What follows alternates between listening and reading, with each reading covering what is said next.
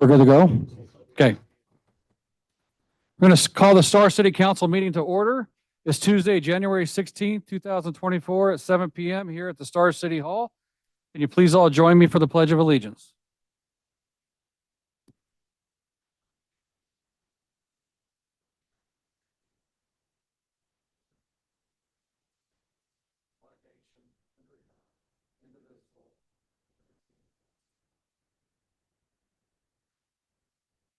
That is a beautiful sound when you got so many people in here from up here. All right, tonight's invocation is by Bishop Scott Snelders of the Second Ward Church of Jesus Christ of Latter-day Saints. And if just come right up here, sir, to the microphone. Appreciate you for coming in tonight. Push the button. Yeah, is it green? Yeah, it's green. Now we're green. Okay, thank you. Our Father in heaven, we are grateful, Father, for this beautiful day, for the opportunity we have to be here in this city council meeting. We're grateful, Father, for thy blessings upon this city, for the opportunity to celebrate the freedoms which thou hast blessed us with. We're grateful, Father, for this city council and for our mayor, and we ask thee to continue to inspire them to make decisions to help continue to make this city great and hold to the values which we appreciate living here in Star. We're grateful, Father, for those first responders in this city, for their dedication and for their service, and for all those that serve this city. We pray for thy blessing upon this meeting, that we may have civility and understanding and be able to speak and understand each other. And these blessings we ask for in the name of Jesus Christ. Amen. Amen. Thank you. Appreciate it, Bishop. All right, roll call. Councilmember Hershey. Here. Councilmember Wheelock. Here. Councilmember Nielsen. Present. Councilmember Salmonson. She is absent. Thank you. And I just want to say she is absent because of one of the most honorable things is her son is graduating from Air Force basic training tomorrow with honors. So it's pretty cool that Ethan Samuelson stood up to the call, and he wants to be in Special Forces too, which is really, really cool. I just want to say, you know, it's the kids like that in our community that go join the military that helps us maintain our ability to say the pledge and our prayer in our areas, right? So I appreciate these kids for doing that. So well done, Mr. Ethan, on going into the Air Force there. So, all right. Oh, what's that? Airman Salmonson. We get the call. Hoorah. Well, that's Marine. Yeah. So good job there, Ethan. All right. And tonight we're going to start out with some presentations. We got our Star Police Chief. He's going to talk about his report, and then we have our Star Fire Chief. And both of those organizations are pretty busy right now.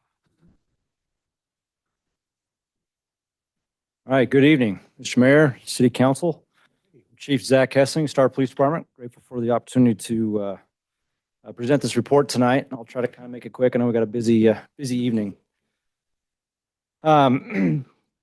With December report, because it is the year, December 31st, the end of the year, there were some interesting things I noticed about this. I'm going to talk a little bit about, I want to validate the numbers before we get too much into it, but some interesting things that I noticed and look back on as we talk about the crimes here in the city of Star.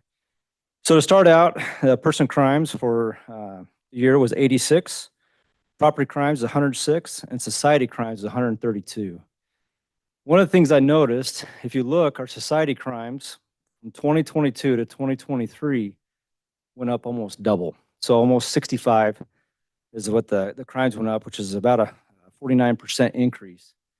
But go up just a little bit. I'm talking about that. Yep, right there. But the interesting point that I'm looking at here is majority of those society crimes, as you look over on the right side where it describes what a society crime is, majority of those are drug or narcotic violations. And if you just look even in the month of December, we had 14 society crimes. 13 of those were traffic stops where we found drugs inside a car. So obviously, the more proactive we're being, the more we're going to find those type of crimes happening in our city. But if you take a look at person crimes from year to date of up there at the top, we dropped almost 28% from 2022 to 2023. And I look at the safety of the city. One of the things I look at for any city that is to see what their person crimes are, because that's your more, in my mind, your more personal crimes, of the fact that they're aggravated batteries, rapes, those type of things.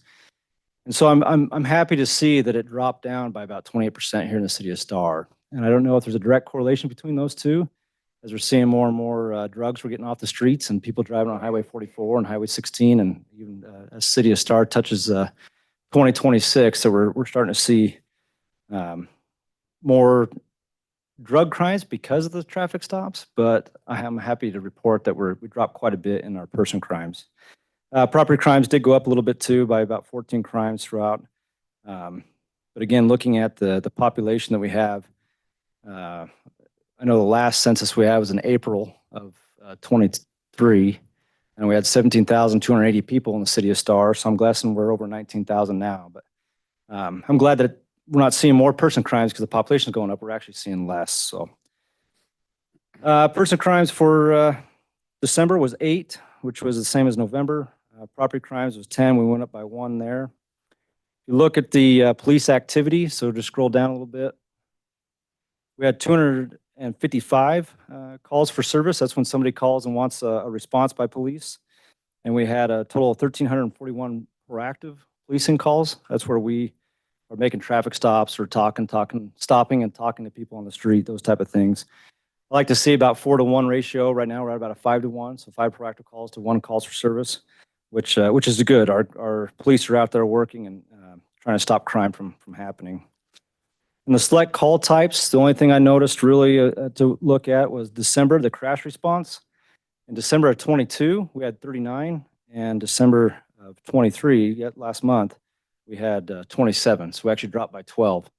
I don't remember what the month was like, December of 22, if it was a really bad winter or what happened there, but I know this past December was okay.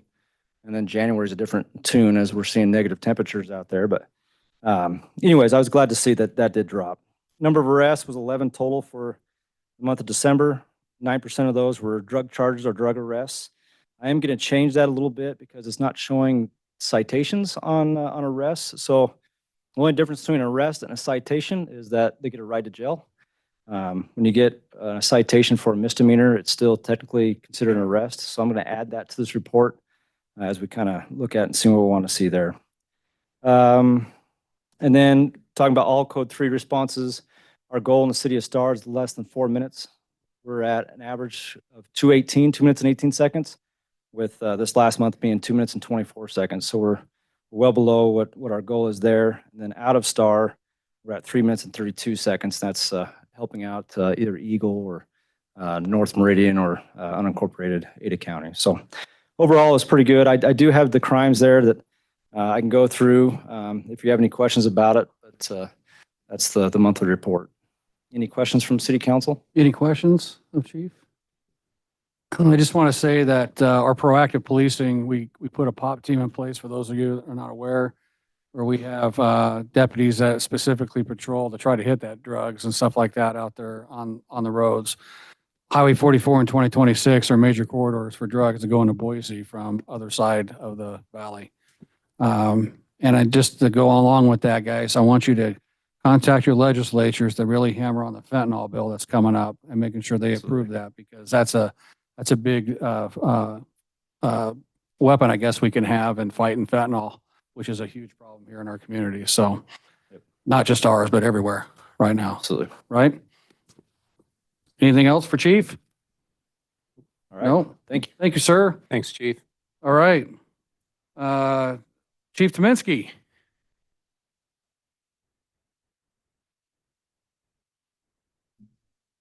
Mr. Mayor, City Council, staff.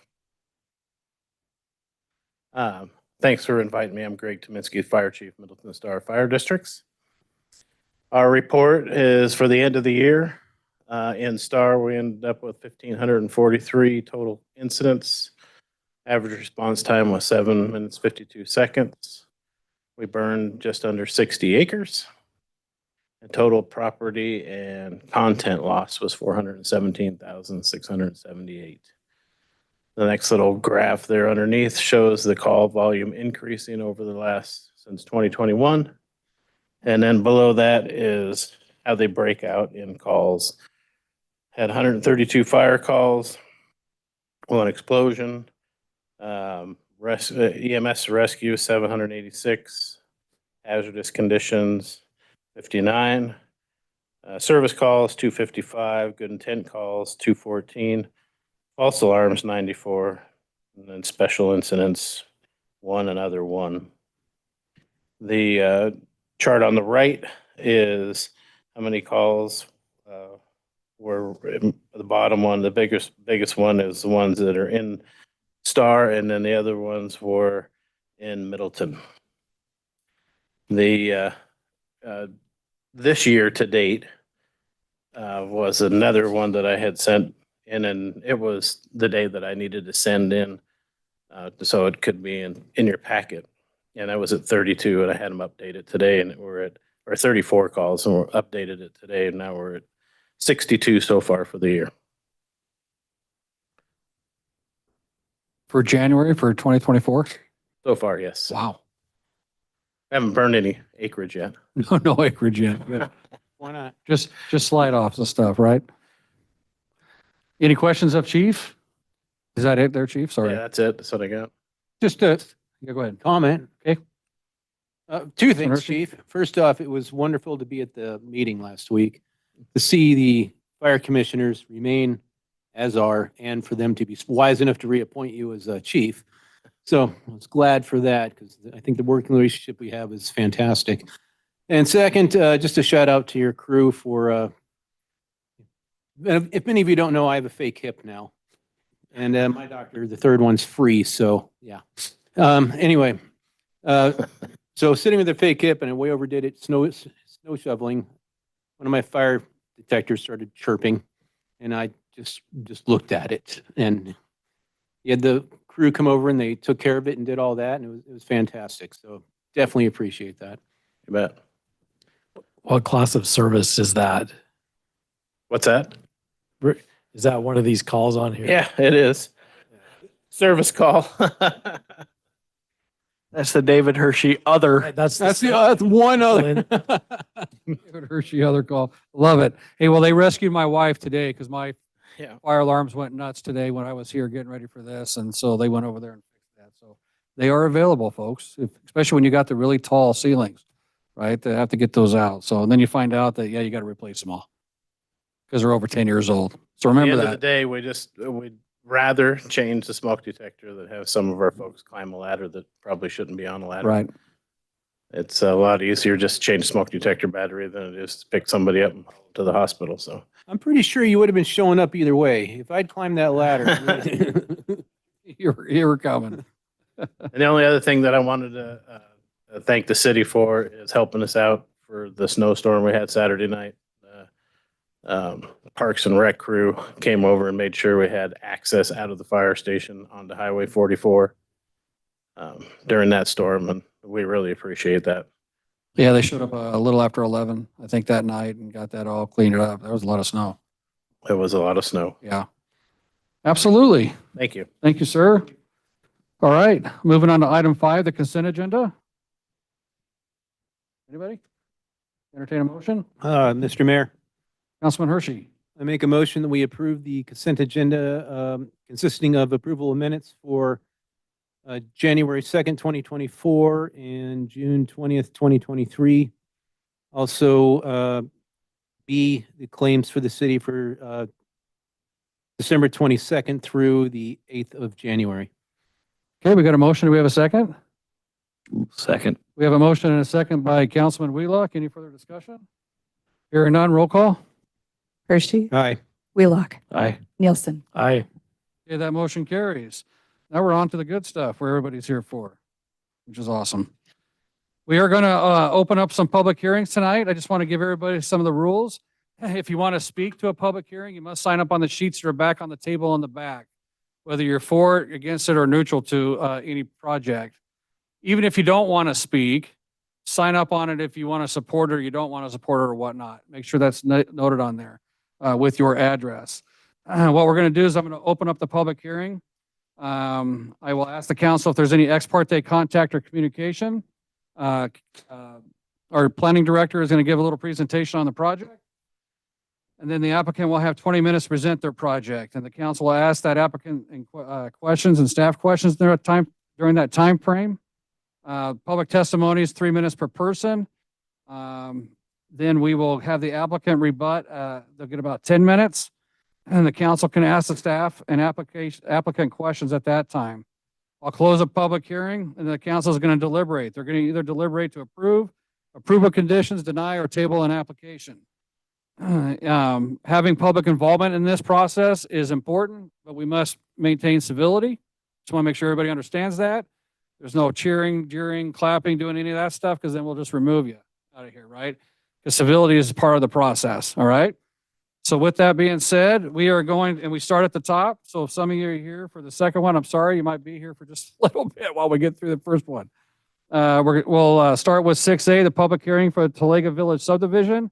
It is 7:15, and I am going to open that public hearing and ask that council if they have any ex parte contact or communication regarding this project. No. None. Hearing none, I'm turning the time over to Sean for him to give his, how long is your spiel? We never put a time limit on you. We need to do that. How long? You don't want to hear you don't want to hear me. You don't want to hear you. Mr. Mayor, council, thank you. This is a continuation of the public hearing for the Talega Village development.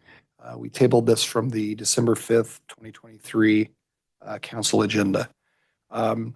Just to summarize, the application is for an annexation and zoning with a residential R-10-DA zoning designation, a rezone from R1 and C2 to R-10-DA with a development agreement, conditional use permit for multifamily residential, and a preliminary plat. The total acreage of the project is 74.61 acres. The annexation portion is 40.48. The rezone is 15.2 acres.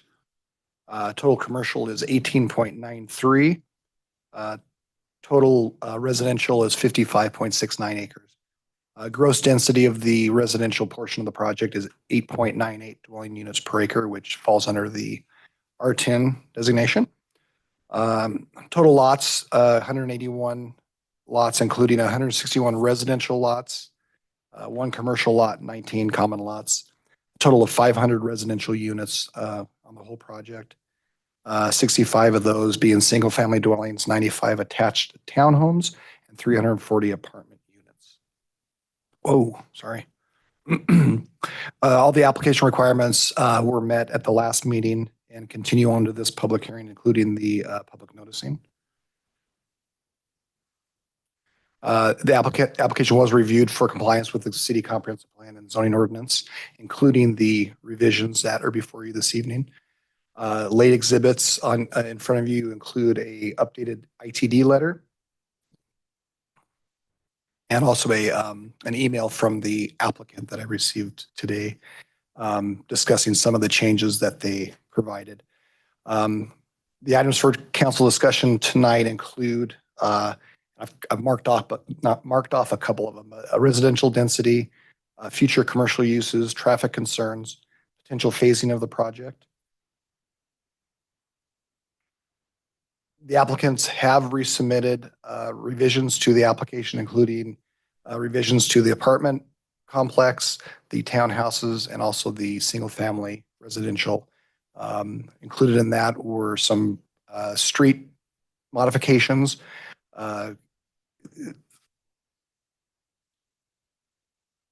some update on the preliminary plat, including removal of a couple of flag lots, updates on open space, overall open space totals, updates on the landscape plan, updates and clarification on parking within the apartment complex and also the townhome portion of the development.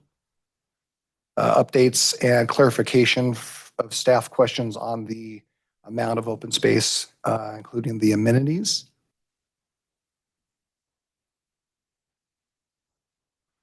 Clarification on the type of roadways that are in this development, including collector, residential collector, private road, and private drives.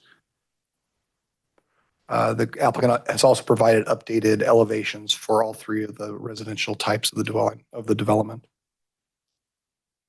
And then finally, staff is presenting a kind of an overall layout of the area, including the proposed Talega Village development, how it lines up with the other developments that are approved in the area and or developing in the area. Our engineering staff also included the interchange layout within that for your view. And then the applicant is here and they do have a presentation, so I will turn it over to them. Okay. Thank So you. we have the applicant come up, and I just want real quick, Ryan, where's Ryan? Who's doing that? You or him? So just so everybody is aware that we got the clock up here. It'll have the time, the countdown on there. If you're up here to speak, you kind of glance up there and see where you're at.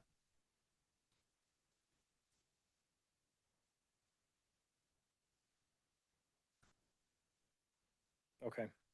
Oh, and then one other thing, if you're up here, you can state your name and address too for the record, please. That's part of the process as well. Thank you. Trenton Smith, 3773 East Berwick Drive, Nampa, Idaho. Dennis Jordan, 6674 South Memory Way, Meridian, Idaho. Okay. Well, Mayor Chadwick, council, and city personnel, we're grateful to be back here again and present Talega Village to you again. We've actually been excited about the things that we've gone over since the last time we met, and excited to share that with you. Just overall value to the city of Star, we went over this last time. I'm sure you guys are aware that, you know, this piece is, as we've discussed this over the last several years, is custom tailored for this type of project and provides many of the needs that have been addressed in the comprehensive city plan, including the commercial space, the apartments, the townhomes, and the single-family homes as a way to provide more variety of housing to the city. And it's aesthetically pleasing. It was mentioned in the last meeting that the elevations, the architecture fits what the city feels like, that feel that the city of Star embraces with a hometown feel, a small community feel. And so we're going to show you more of that today in a little bit more detail. I also want to mention that we're here representing our clients, Jason Ramsey and Dirk Pardo. Jason, who is here with us today. And I just want to highlight that this project is something that this team has done before, and it has been very successful to completion, provided the value that was promised up front, and have been beautiful, beautiful developments that function really well. And so it's a great team to be on this type of a project. And, you know, we know that this is what the city wants. Even in the last city council, as mentioned, you know, the council members said, yeah, we like this type of project, but we understand that the burden falls on us to make sure that it works and that it meets the needs of the residents of the city of Star, so that it provides a benefit rather than a challenge. And so since our last meeting, we've worked really hard to address many of the concerns that came up. You see a lot of new material, and we feel like that we can present some of that in a little better way and more clear to clear up some of those concerns. So to begin with, we're just going to kind of go through a big overview of this development. As you can see, it is highlighted.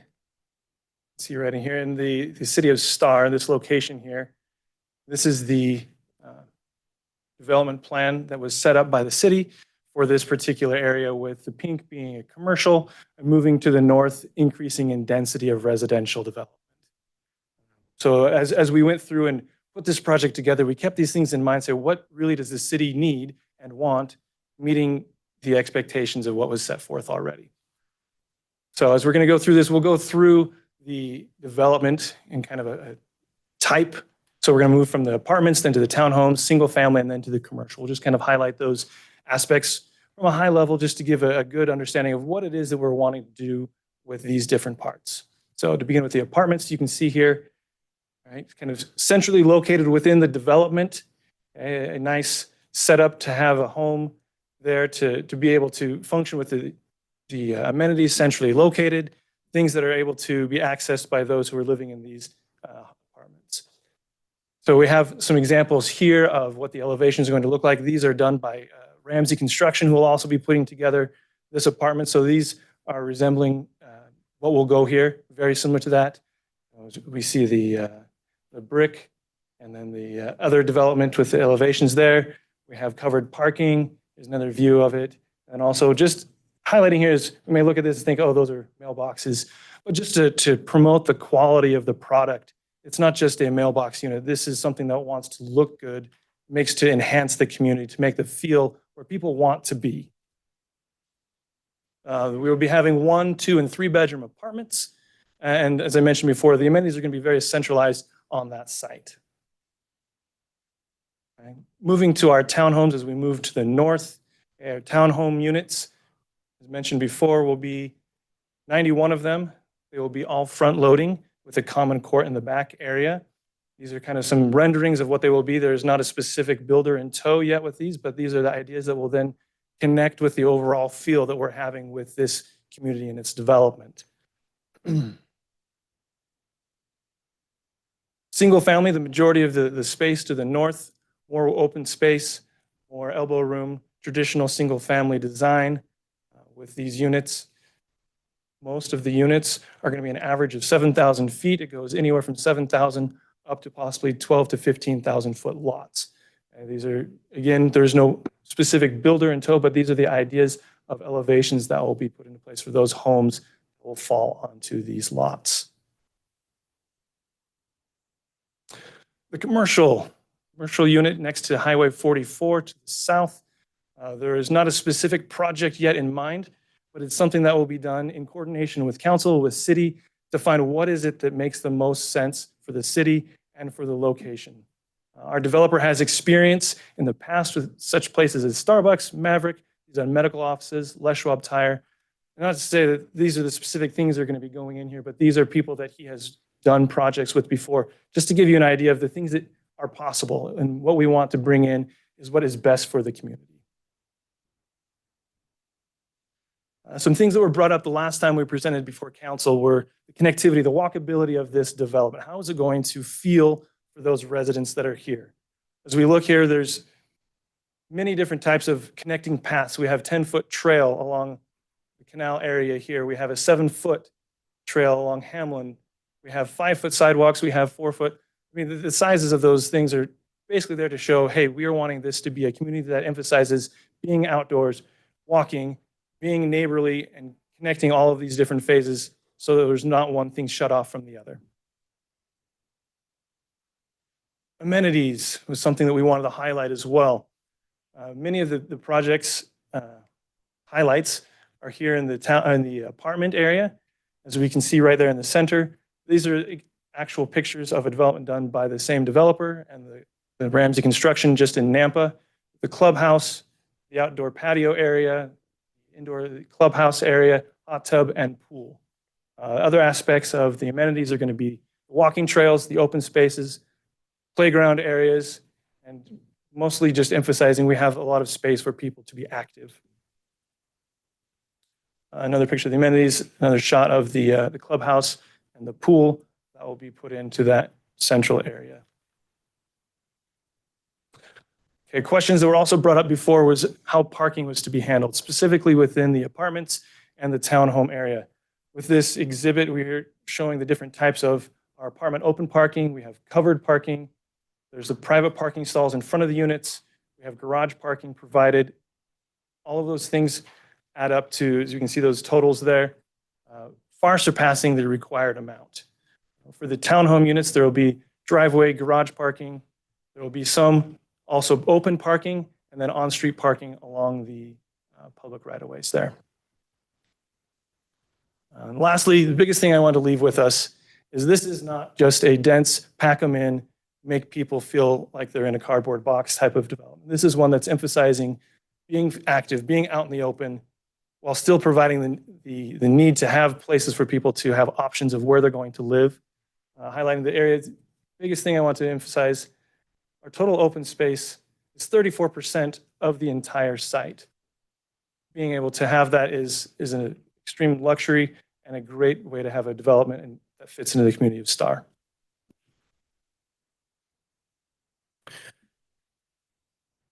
Okay, one of the main concerns that we wanted to spend some time on today was how we approach the development, timing wise, and the impact of traffic. And, you know, Mayor, I've heard from members of your team that you spend a considerable amount of time talking to residents of Star specifically about traffic. And so we know that this is a big concern. And we're going to go into a lot of this in detail. Just overall, just highlighting some things, the traffic impact study was accepted by ITD and ACHD, and they gave an additional memo, and you have that, I believe, in front of you, as they reviewed the phasing plan that we sent them, and we'll highlight that. And then the functionality of Hamlin and Short, which are the main entrances as it stands right now with the traffic impact study, passed with a grade C or higher for the full residential build out. So all of the residential units are grade C or higher. With that in mind, we will present that a phased approach to how this is built out that will help. One of the main concerns was the major impact of traffic right off the bat. And the phased approach helps to minimize that impact throughout construction and as people move into the area. And then we also provide the necessary fire accesses that we're concerned for our fire department to make sure that not only do we have the access for the community, but we also have access to the site throughout construction. So here's our phased plan. The first phase you can see there is the apartment phase 1A. And this is our initial connection to Hamlin and Amazon, which you see is actually, so this is rotated, north is to the left. Amazon Falls is there to the east of Hamlin. And that first phase would connect Amazon and Hamlin for 120 apartment units. And we'll go over some of the specific impacts of that as well. But the cool thing about how this is we get that initial access. And for the first part of this build out, you can see some of the anticipated timelines. So that first phase is 2025, 2026. So we could have units built by as early as next year.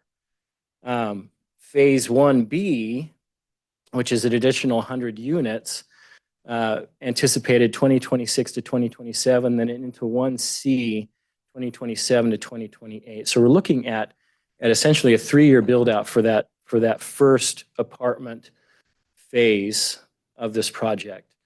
And we have coordinated with the developers to the north and to the east on their timelines for connectivity of all those other roads that are going to be developed to that north and to the northeast.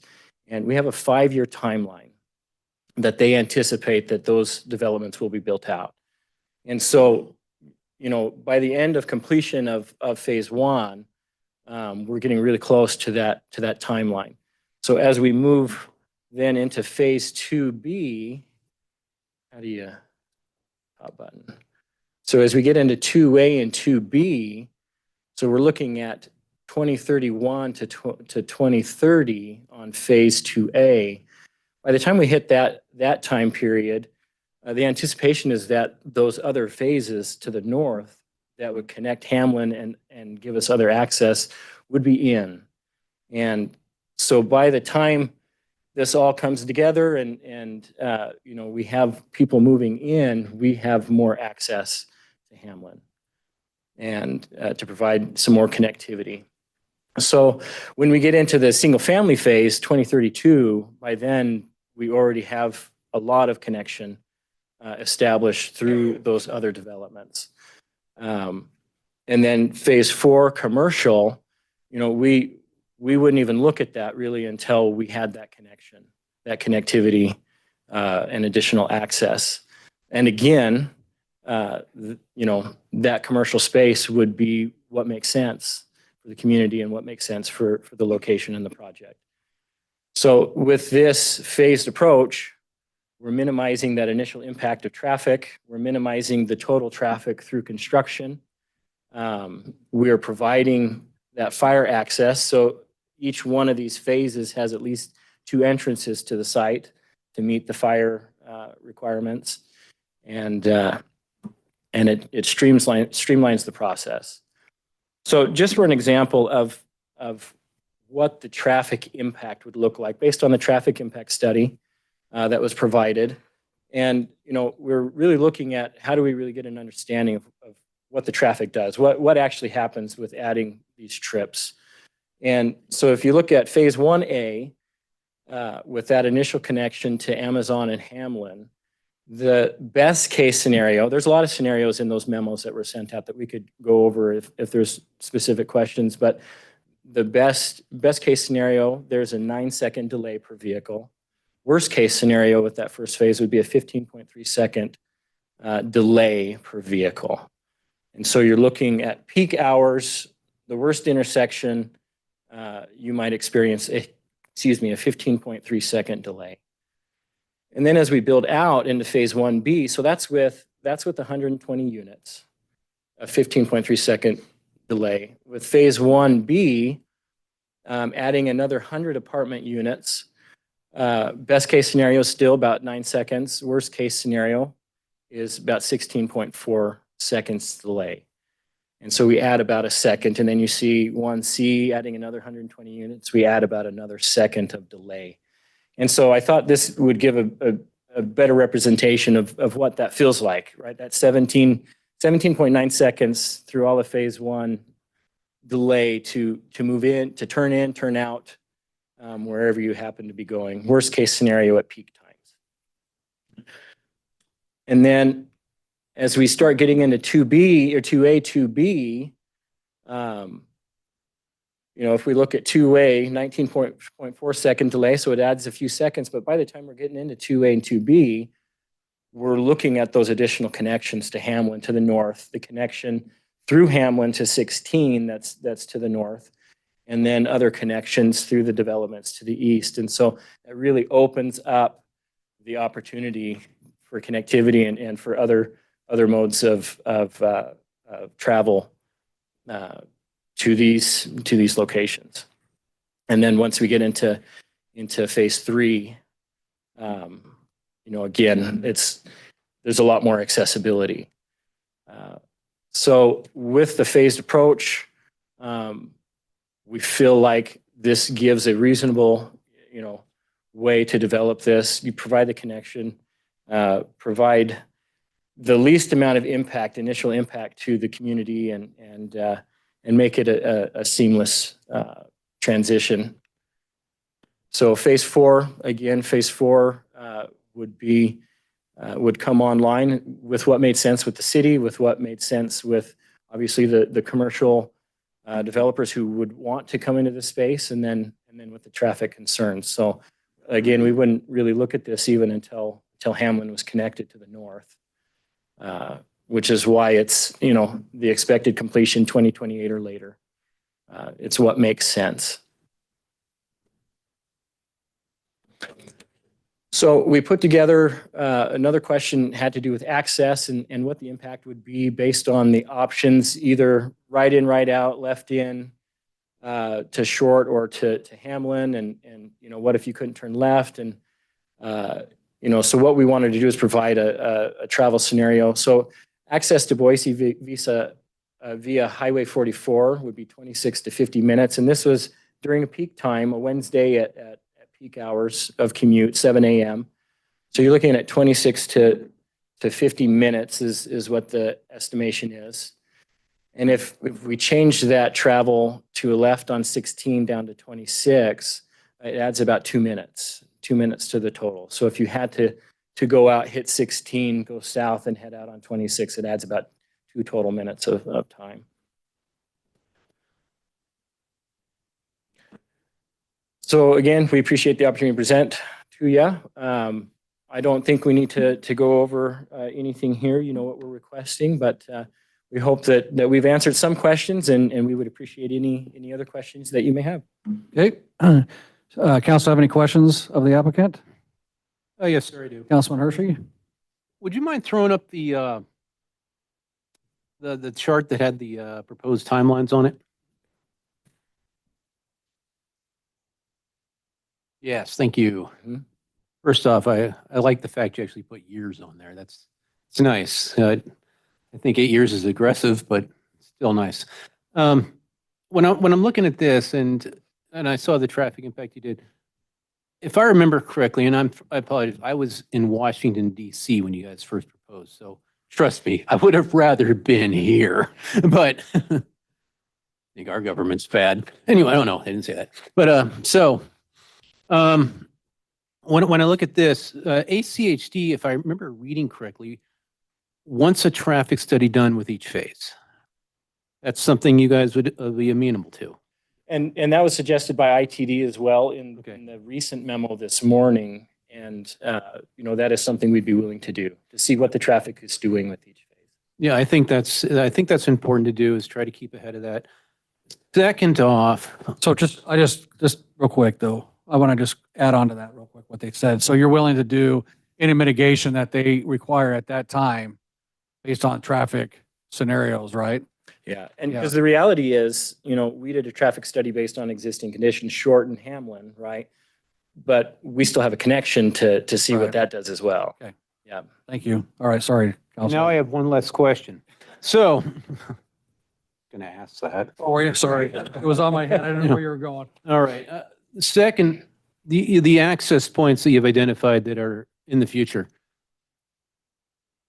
It's something I was thinking about is, I don't know how to say it right, but if, like, let's say the Hamlin Avenue expected to complete in 2028, does not complete till 2029. That would push your project to 2029 as well, in my opinion. I think that would be a requirement that I'd have to, just to assure that we keep up with the traffic, is as those develop, then you can develop it. Trigger points, something like that. I don't mean completely not building, but certificates of occupancy or something of that nature. Which portion are you referring to? Any of the non-existent phases that are expected to develop to give you access points in and out with traffic? Like, I wouldn't want you doing phase 3 if phase 3's connection point was delayed, because then that would throw off everything. Yeah, and we could even potentially connect Hamlin, ahead of time if the connections were available to the north. It would go both ways, yes. And I think the other thing to consider, the traffic studies do indicate that the entire residential will work with those connections at Hamlin and at Short. Going to connect to the north with Hamlin, I think, is just, again, another good faith move. Like, yeah, we want to make this be a place that is functional, that works with it. So, correct, we'll definitely take those things into consideration. And let me just point out though, when you're talking about Hamlin and Short, sorry, Councilman. Hamlin is only going to be a right in, right out, most likely going to be a right out only. Short is only a left in, right out. So we have issues with getting people out of that, right? So there's a lot of concern about if you try to throw all of that just off of those two intersections right there here in the future, that's a lot of traffic, right? So that's why it's important for us to have that phasing with those other road access points. Myself. Yeah. Sorry, I'm Tom Romney, 2025 Scenic Drive, Sandy, Utah, 84090. She made it here. That's good. Yeah, see, All look at weather. this. Nice job. I did. I wasn't messing around. So just, I guess, to answer that question and to clarify this is, and we're totally amenable to that. So the traffic study does state and show, and this is what's accepted by ACHD and ITD, which we understand that we do still want to phase it with them, because as stuff gets built, we want to be constantly paying attention to what it's actually doing. And with all of the new memos, we've looked at all scenarios of right in only and right in only on Short. And in all scenarios, with all of the residential or transportation standards, all of the residential functions at a C or greater. That's not what we're proposing to do. That's just what the study says. When you get to the commercial, that's when things start failing and you have to have the accesses to the northeast. And so kind of to your point, what we're hoping to do, but still understanding that we need to provide reports along the way, is with the short access and the Highway 44 Hamlin access, that we can get through phase 1A, 1B, 1C. 2A isn't even that important in that timeline. Our hope is through those 3 phases of apartments, we have those 2 access points. That gives us the timing that when the other 2 existing, or the other 2 developments by that point, by 2028, 2029. But to your point, like, well, what if it's not 2029? What is 2030? Like, kind of what we would be asking for is to get through 1A, 1B, 1C, and probably 2A, knowing that we're going to be providing information to ITD, ACHD, and your staff along the way, and that 2B, phase 3 and phase 4, we're not committing to bringing those on until we have at least one of those 2 other access points. So I think that's kind of what I heard your question of, but I wanted to clarify like how far we want to get, because we definitely need to get through some of the development with those points.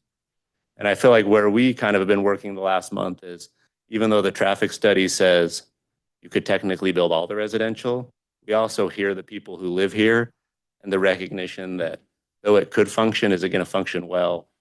And we agree that based off of the timing of those other access points from 2 different developers. So that's the one thing we also have hope in, is that maybe one of them isn't ready in 5 years, or maybe both of them aren't ready in 5 years, but we're really hopeful that one of them would be ready in 5 years. So like, yes, we're amenable to kind of where's that cutoff line of you can't develop 2B or phase 3 without those, or phase 4 without those access points. And I'm going to add to that a little bit though, but it's more than just getting traffic in and out. It's the safety aspect that we're looking at from a reality standpoint too, more than just a study, Yeah. right? Because we know the workings of this highway. Yep. And how hard it is to get in and out, and how hard it is to get our fire into that location, right? And With everything so- going on. That's the challenge that we're going to have. Definitely. So another thing we considered, and we talked to the fire department about this, and I want to make sure, I'm not trying to speak for them. That's all right. I could have them come up and speak too. That would be So great. So we'd be happy to hear from them. But I guess our understanding from our meeting is that originally when we came, it wasn't super clear that with our first phase, we would connect to short, which with our first phase, we'd connect to short. And so for those immediate phases, 1A, 1B, 1C, and potentially 2A, that connection to short solves for that portion, the fire concerns and their access. And then again, another reason why we're not pushing for additional phases that the traffic study said you could get is that fire concern. And fire expressed that need to have those additional accesses to the north or northeast. thank you. Councilman Appreciate Hershey, that. you got more? I just had one more, and it's just more of a clarification question. This is one project, right? Basically one, the apartments, townhouses, and single-family homes that all have one HOA? And That's a good question.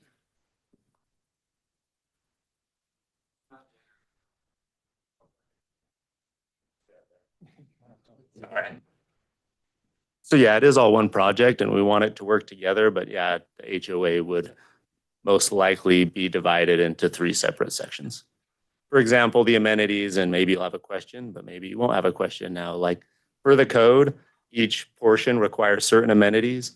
The apartment amenities are really for the apartments. And so then we provide additional open space as an amenity, trails as an amenity. And then we're planning on a playground in the single family portion that could be used by the single family community and the townhome the community. reason I asked is when they showed the sidewalks and trails, that it was all very nicely connected. And I was just making sure that if you have it in a 3 HOA, it's also, you don't have a fence just cutting it right down the middle. Yeah, so that's where we are working together, is about those kind of like, it's not going to be like, oh, you can't come here or go there. Okay, thank you. Okay, any further questions, Councilman? No, Hershey? thank you. All right, any further questions of other council members? Councilman Wheelock? I'll get to you next, I guess. So let's go to the drainage plan map, if you would.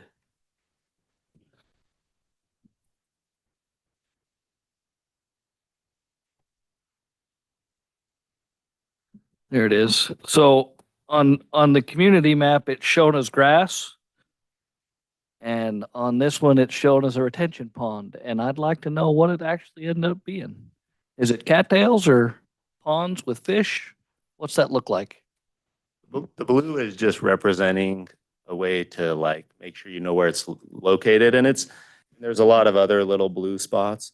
So it's going to be a combination of above ground and below ground, but the intention is that those areas are going to be sodded and be very usable. So it'll be a combination of an above ground pond for like a major event, but then things underneath the ground so that when you run sprinklers and that when you have a storm event, that only in a major storm event are you having standing water. 'Cause yeah, there is not an intention to have cattails, and that these should be usable spaces. So I So it's just, a little deceiving, the exhibit of the color is not meant to be a lake. so I want to just ask our engineer, what's the requirement for drainage in a drainage swale like that? Code requires that 90% drains within 24 hours and 100% drainage within 48 hours. So that's what I'd have to adhere to on. Yeah, so we know that going to the next process of final engineering, we'll have to meet the code for drainage. Okay. But I guess I don't want it to be misleading that these are usable spaces, not a pond or Not a lake. not a, We just don't want them to turn into these smelly, yes, standing mosquito with cattails growing out of them for sure. when they're supposed to be used for kids to be running around in. Which the nice part about that code is it forces us to make sure that that doesn't happen. Right. Okay, you have further question? Yeah, I'm just looking for the page now because they're all in paper and I'm digital. It goes back to the parking. Go back to the parking one.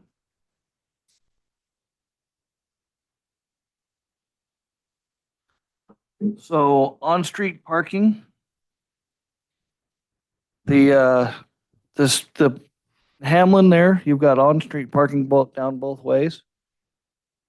And I don't believe that's allowed on Hamlin as an on-street parking availability. Are you counting that as your part of your parking? So it's not a part of the counts. So that could be correct that that's not. So to meet the code counts, that is more to show like kind of additional on-street parking. Without any public on-street parking, we meet the code requirements for parking. So we'll want to remove that for Yeah. future because because Hamlin's intended to be a north-south main road. correct. Through Eagles developments to the north on that. So I just didn't want to have any confusion that Nope, that I was love that. part of your stuff. Yep.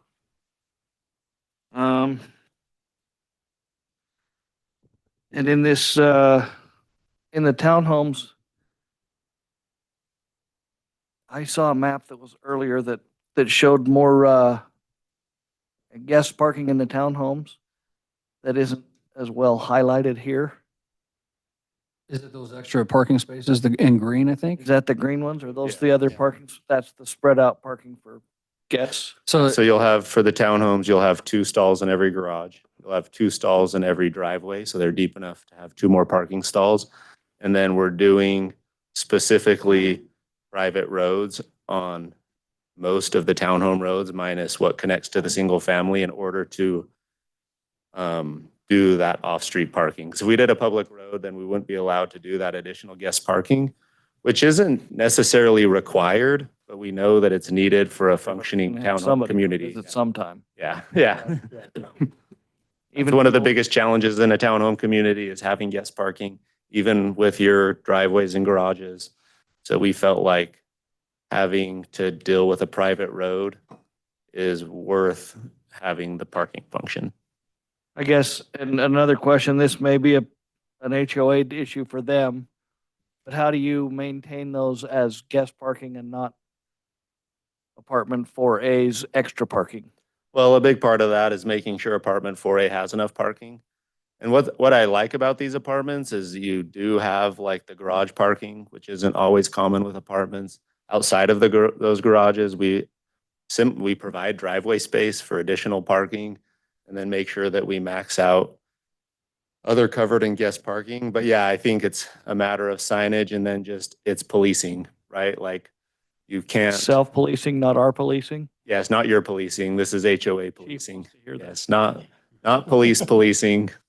It's resident policing. Okay. Thank you. Any further questions at this time? Councilman Nielsen? Thank you. My colleagues have asked really great questions tonight, so mine's really more of a comment. I believe last time you guys showed us pictures of what the townhomes might look like. They were beautiful, kind of old craftsman style homes.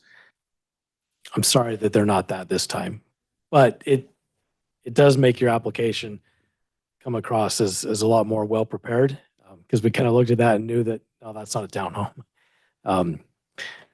Anyway, I appreciate the work that you guys have done on this and the explanations that you've had. This feels a lot better prepared.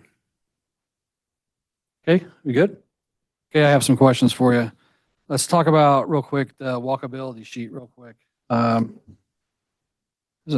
On those sidewalks that you have in the townhomes that you have 4 feet wide, I'm going to ask that you make them at least 5. Okay. Those of us that are fat have a hard time crossing each other on the 4-foot sidewalk. I'm telling you, doesn't work for me. Okay.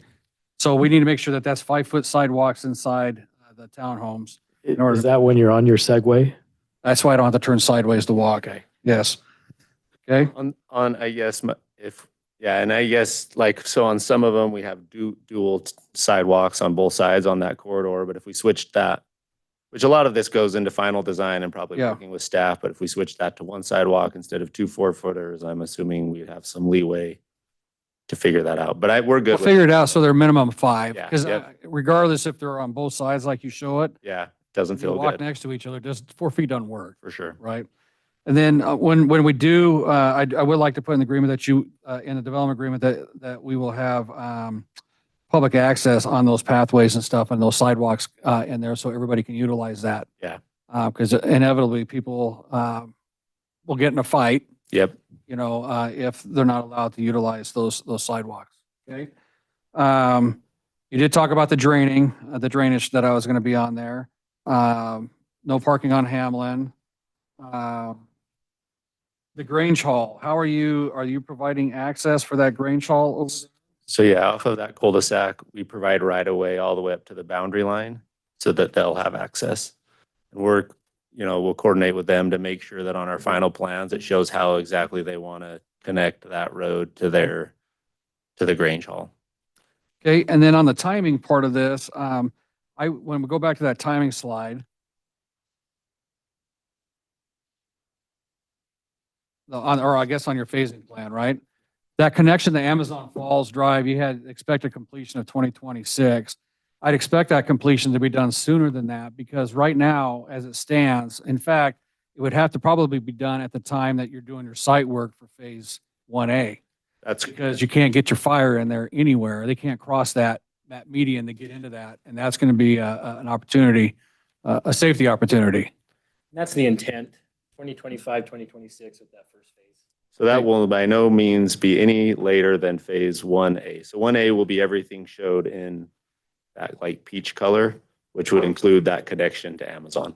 So I would start that first. Yep. I'm going to tell you, Yeah. Victor's going to want that for Yeah. fire access and safety. Because your Which- employees that are when it working comes on to, that are just as important. When as it people that comes are to living. plans, we're trying to get there'll be a separate, almost like a roadway plan of Hamlin Drive with that connection as one plan set, and then the apartments will be a separate plan set. Okay. And that access you're going to have through Fountain Park subdivision is going to be an important access to have as well as they come online. To go with that at, what is that, Palmer? Yeah, Palmer over there. So I've been working with the different agencies to try to get that Palmer light in. And so this is the opportunity to get people to be able to go eastbound, Yep. right, on Highway That's correct. 44. So I'm going to ask you, would you participate in the payment of that Palmer light? Since you're going to be using a lot of it with 500 units going through there. That's hard to say when we don't know what that means or looks like. Come So up with a number today. I know what it looks like. It's going to be over $2 million for that light. I mean, it's, I mean, we can talk about it in here if the council wants to do it, but I'm bringing it up. So think about it. yeah, I You can think come back and talk about it if you want. Yeah. Mayor, if I could just add, I mean, typically what we do there is a pro rata share. Yeah, right? for sure. So when you look at the number of units that you have, the commercial space, and look at everything else around, right? Yep. which, yeah, I'm not saying we're not against that. I think it's just as part of the development agreement process, we're happy to have that discussion. Okay. Very good. And your commercial timing, I would like to see your commercial. I know you said 2028 or later. You know, we've done this on some other developments in here with some multifamily where we required so much of the commercial to be in there before you continue on with the other residential. You almost built this in yourself in this phasing when you said 2028 or later, but the later is what scares me. So the only reason we're saying that is we feel like it's needed to have those other accesses to make the Right. commercial function properly and to get the right tenant in. And we also feel like having the apartments fully built out and, it also, part of this phasing shows construction. Usually takes about a year to probably get to 75% capacity. So it pushes everything like a year further with actual people in it. So the more we can get as much residential we can get built and functioning, helps bring in the right commercial instead of rushing the commercial. And then the reason we put 2028 is mostly those other connections that we don't fully control, but we have been told by both developers who have approved plans. And so if the market stays solid, which it's looking better, not amazing, but better, within 5 years. So that's kind of what we're looking at. It doesn't mean that we won't be talking to people before then. And it typically takes a couple of years once you're getting people, talking to them to probably get their plan put together. So like the intention is to be talking to people now, but just recognizing for them to function, those accesses are important. What do you consider the right commercial? When you keep referring to right commercial, what does that mean to you for your Well, development? I think, yeah, right. It's commercial that is valuable to the city, that the city is looking for.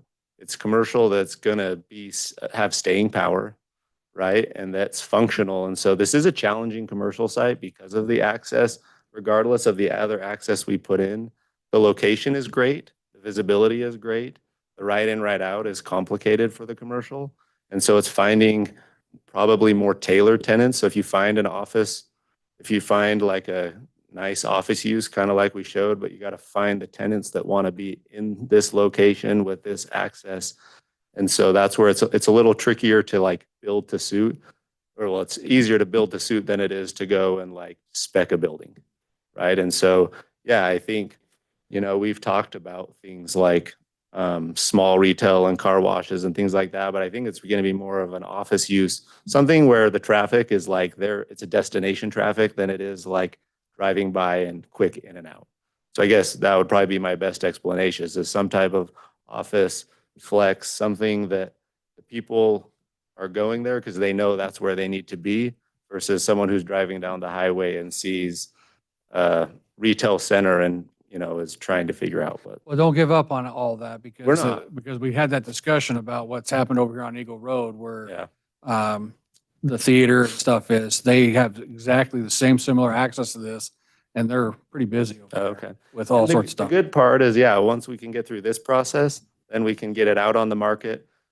Dirk works with some great brokers that once we get through tonight, then they put it out there and they were involved early on the access. We've talked a lot. We pushed hard and met with you years ago with ITD, and we're hoping ITD would change the way this access was working. And I know across the street, they were hoping the same because Yep. that only improves that commercial viability. But yeah, as much as the apartments help the commercial helps the community all together, make it feel better for the people who live there. So yeah, we're definitely it's an important part of this project.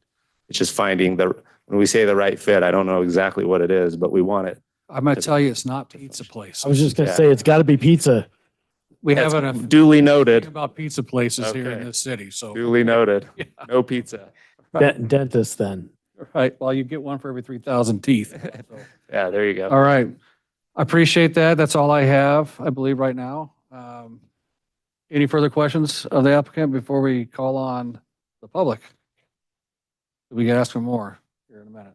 All right. Thank you. Thank you. Appreciate it. Okay. Let me look at my sheets here. Well, the only one that signed up to speak is Mr. Todd.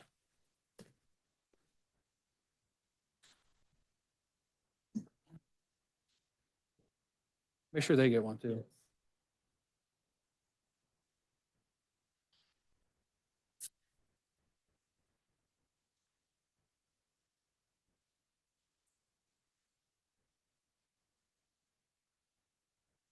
Good evening, Mayor Chadwick and council members. My name is Todd Collins. Address is 4718 North Echo Summit Way, Star, Idaho. I put neutral down on the sheet because I'm not against development, but we're looking at putting a minimum of 1,200 people in this corner, not including the commercial. And I don't believe they've adequately addressed the roads yet. At the last meeting, you asked them to try to work with the neighboring developments to provide access for this development through theirs. And I don't see that there's an adequate collector road going eastbound to handle the traffic that's going to be generated by this development. Additionally, with Hamlin Road, ITD is going to be cutting off access to Floating Feather on 16. So Hamlin will go north, but it won't be able to get on 16 if they do it the way they're proposing. I read through the staff report over the last couple of days, and I came up with a bunch of areas where not only the staff, but ACHD has concerns about this development as it is. And I just have a list of those items I'd like to read off to you. In the TIS on page 2, Short Road and Highway 44 currently does not function with acceptable levels of service. And with Amazon Road, I drove there yesterday to look at it. That's a relatively narrow road, and yet it's going to be used for a large portion of this development to go eastbound. Further staff report, TIS summary, page 34. The TIS on page 20 states, with build out of just the apartments, additional connections will be needed. No properly sized connector roads have been identified or secured. The only memo from ITD that I saw in the staff report was from 9/22. Apparently you guys got something this morning, but I haven't seen it. ITD made no additional comments back in 2022, and no recent comments from ITD are documented. ACHD letter in an email on January 3rd, 2024, they commented there's not enough information to give an opinion yet. ACHD does not generally allow commercial traffic to be routed through residential streets, and that would be an issue with going eastbound on Amazon. Staff report, page 65, and page 27 of the staff report. Staff is highly concerned about traffic and access points. I don't know if that was just not updated yet or not, but it appears there's still a big concern on that. On the attachment that I gave you, however, I did provide one possible solution to help because I don't like to just point out problems and not have a solution. And that would be to provide access off of 16 with a right-in only. And I identified 2 potential spots. I think the north one would be the most logical one because that road doesn't really service a whole lot other than those few houses at the corner. So that would help with getting a lot of the left turns in that are going to be on 44. They could then take the route up 16 and turn right into the development. That would potentially really help buses as well, because you're going to have a lot of buses going into this development to service the kids there, and they're going to need better access than trying to turn in left on 44 or have to go all the way to Palmer and then backtrack. Let's see. I think that's about it. One last thing I'd like to see in the DA, that no storage units are allowed in the commercial, as that whole corner is filling up with storage units already. And that's it. All right, let me address some of these things, Todd, with you, Yes, if you don't mind, from what I know. right. So I will tell you that there will not be any more access off of Highway 16. That's not going to happen. They're not going to give it to us at all. Floating Feather and Highway 44 is going to be the only 2 access points on there. Has anyone asked? Yes. For that particular? We have asked all the way up and down, even across the street from this project with the other storage units that you were mentioning about. That access actually goes away once a road goes in on the back side. They're taking it completely away. Right. So all the access points along 16 is intended to be an expressway all the way to Emmett Right. with limited access. So that won't happen. It would seem to me to be a little bit unfair, considering that Dude DeWalt just got a right in to Well, their but development. if you look at their future, their map. They'll have a frontage Go road in. to accommodate that, right? Right, so they have the frontage road that's bringing them back to Beacon Light, and then I believe up to RE Way, both ways. So that's a little different scenario there. So I know that we're not going to get that. The light, so Amazon Drive is actually intended to be a collector all the way to Palmer in the long term. So I know it seems narrow, but I don't think we're having any, there's what? Yeah, no parking, nothing on Amazon Falls Drive. So in the long term, when it develops to the east, that's going to connect, and that'll be a major collector road for us to get traffic in and out. I just want to make sure you know where we're coming from on this stuff. The short road, we did get approval with ITD to put in a left-end light there. So it's not just left-end traffic crossing without the light. It'd be similar to the light that's over there at the Home Depot and Winco and Right. Eagle. That's what they're intending to put there when they do this widening project or this overpass project on there. But your other stuff, it makes sense on what you're saying there. Definitely no more storage units. I am 100% behind that. So we'll have that conversation with them as well. Yeah. Very on good. that. So thank you. You bet. Yes, Councilman. You know, I kind of adding on to that, but maybe, and I'll give you this letter from ITD. I just want to read a little bit from it. It says ITD does not object to the proposed application with the understanding that prior to each phase of the development, the applicant will notify ITD and provide traffic analysis to determine if any additional mitigations will be warranted. And I think that's important for a couple of reasons, because you bring up a lot of really valid concerns. Most of the time, these the staff report, these reports from agencies, their job is to highlight these factors. The state burden, the state law for us in this hearing is to highlight those things. And rather than looking at them and saying, well, because of this, no, the burden is actually because of this, what is the mitigation? What is the path to letting you use your property according to, property rights that you have and things like that. So it's always a path forward, and bringing them up like you've done really helps, because then we can look at them and say, okay, do we have a mitigation plan, or is there an agency that will enforce a mitigation plan? We can't tell ITD what that is, but hopefully you've heard it here. And again, you can have this. Very good. That they are going to put that mitigation plan in place. Okay. Thank you. Any other questions or stuff for Mr. Todd? Appreciate it. Thank you, sir. Okay. I do want to have Victor, our fire marshal, come up and talk about this real quick. So when they come back up, they can address any concern that you may have, because I know we all have some questions, I guess, about the fire safety aspect of this. Council, Mr. Mayor. All right, so obviously my staff report, So just say your name, Victory Sauce, what's your address? 665 West State Street, Suite B, Star, Idaho, 83669. 911. 911 is your phone number? If anybody wants it, that's how you can get me. So just to address a couple things is, we met with the applicants on 12/14 after the last meeting. And, the applicants were to email everybody the updated plans. I didn't get those plans till the 8th from city staff. So I never received anything from the applicant to actually complete a review and submit a letter in an appropriate time. So I have reviewed since then. And I will say this I agree with the mayor 100%. Connection to Amazon Falls needs to be completed before any vertical work, before any lumber's delivered to the site. I am 100% okay with phase 1 if that connection is made. I 100% agree with ACHD that before each phase that they should come back to us to make sure that anything that has changed as the city continues to grow, that traffic's going to change, additional stuff is happening every single day. And so I believe that would be an appropriate condition to put as well.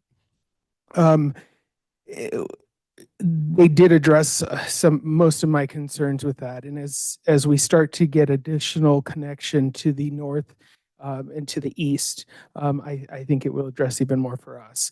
But I really, for phase 1, 100% want to see Amazon connected first. And then with that, any questions that you may have. Okay, thank you. Any questions of Chief? No? Councilman? All right, thank you. Thank you. All right, that's all who signed up to speak there. The applicant can come back up. All three of you, I guess, or one of you.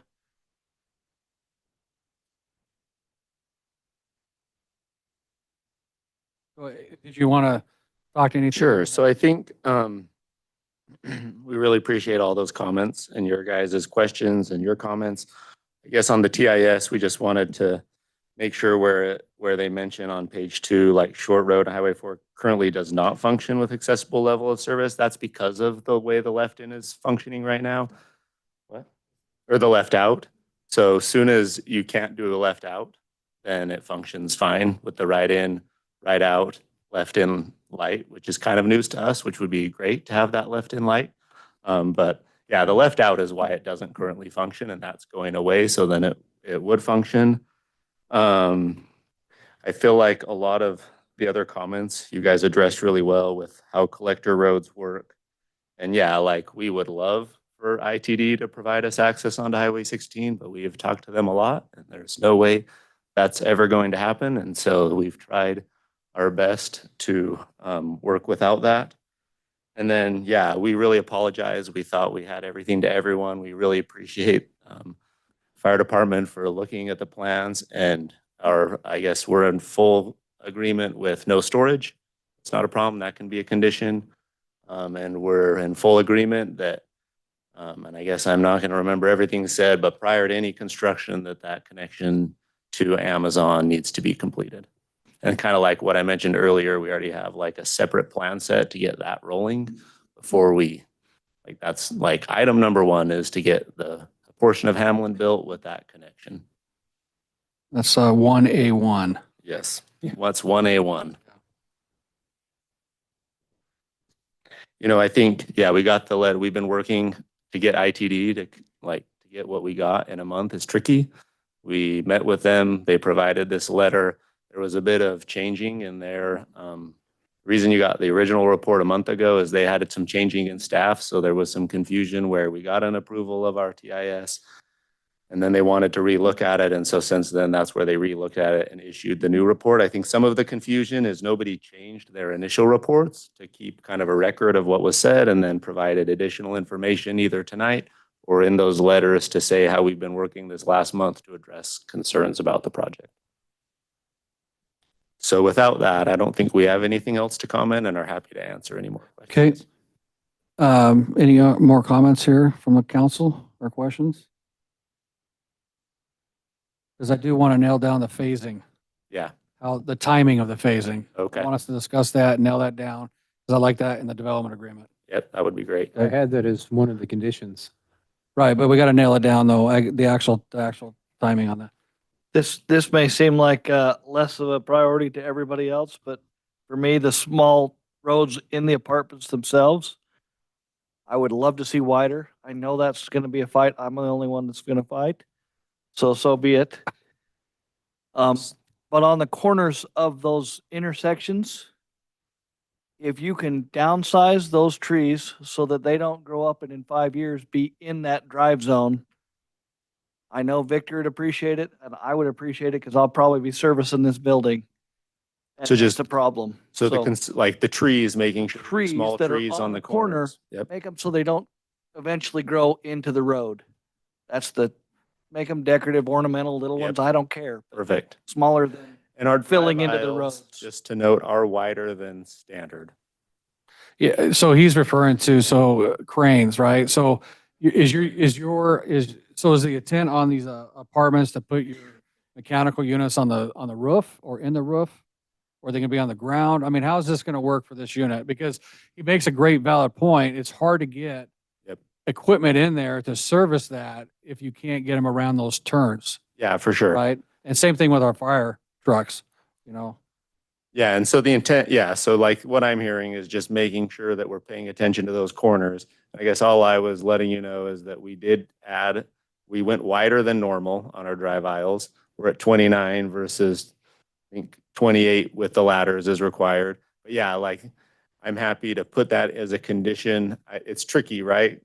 Like on our final plans, when we go through the process with staff, I don't know where we put that to make sure that we're paying attention to the corners, because it's everything, right? It's trees, signs, fire hydrants. Carports, all that Yeah. stuff. Yeah, they all end up crinkled because somebody runs into them Yep. with a U-Haul, For sure. whatever. That would be great. Okay. Got anything further there, Councilman? Just to let Councilman Wheelock know, we'll back you up on that. Write it down. We love this stuff because I'd rather Yes, know sir. now than when it's. Then built. when it's happening, that's a problem. Definitely.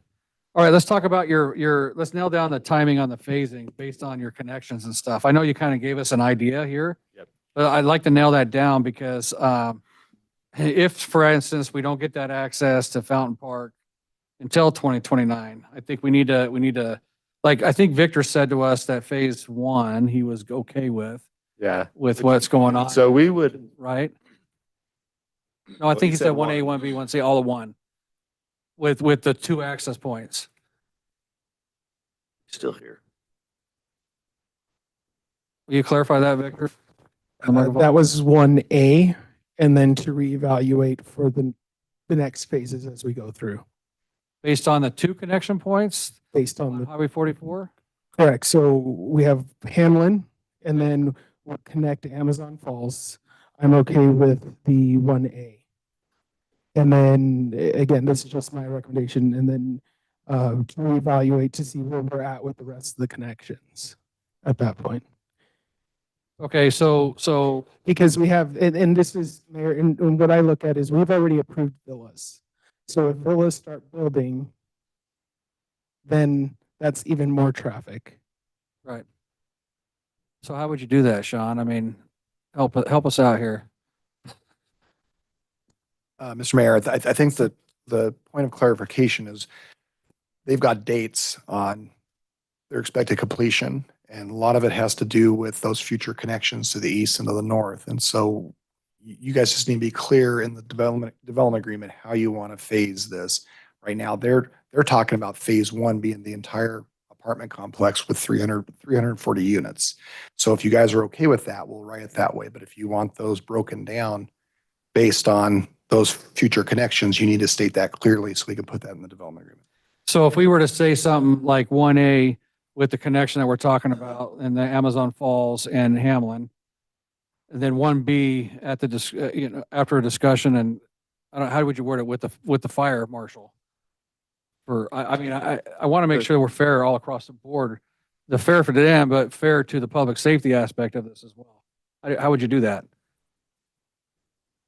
That's where you guys need to have, you guys. need Well, to that's what we're trying to that. figure out. I'm asking, we got Chris, throw you on the spot.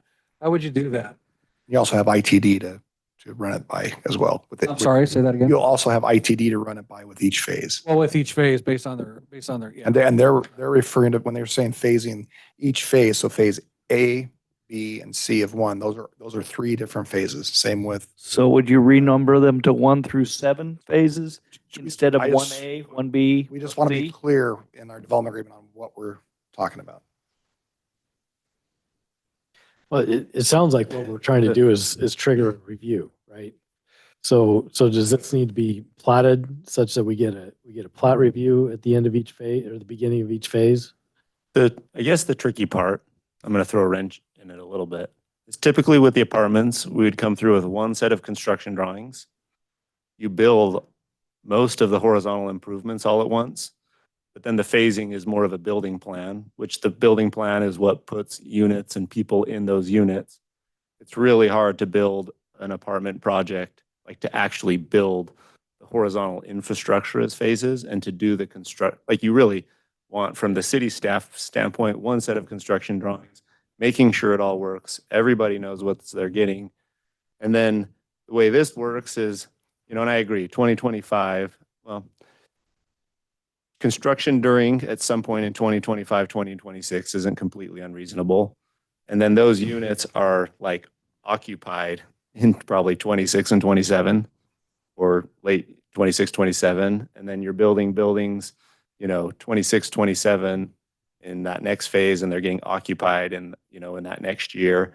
So this is where I get it. This is the conundrum. What we're hoping for is with those two access points, we can get approval of all of those plans and start building with that completion. I guess the tricky part, and yeah, that's where it's tricky, is that's what we're hoping for, is to be able to have phase one be the apartments.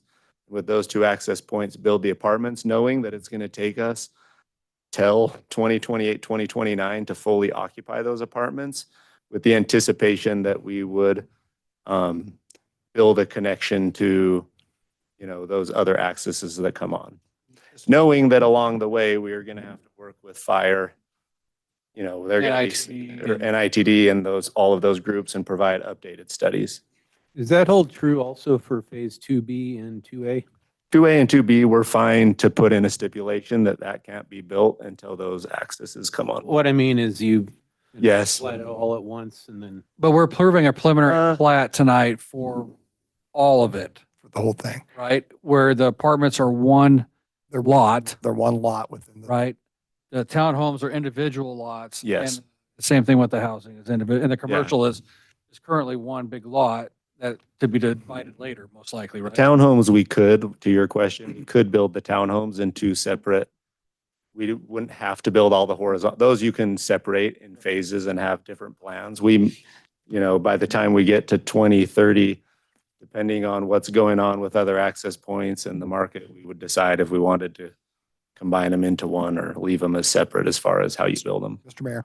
Yes, Mayor sir. and Council. Staff understands and agrees that I think what you need to be looking at more is occupancy and not construction, because I agree, you should let them do the entire horizontal construction of the complex Well, at I one get time. that, yeah. But it's the releasing of that occupancy that we need to make sure we're clear on. So, you know, they can build the infrastructure, they can start building the buildings, but at what point do you release that traffic onto the community? And that's the phasing that staff is, I think, looking for. So, I mean, given that occupancy doesn't happen without fire approval.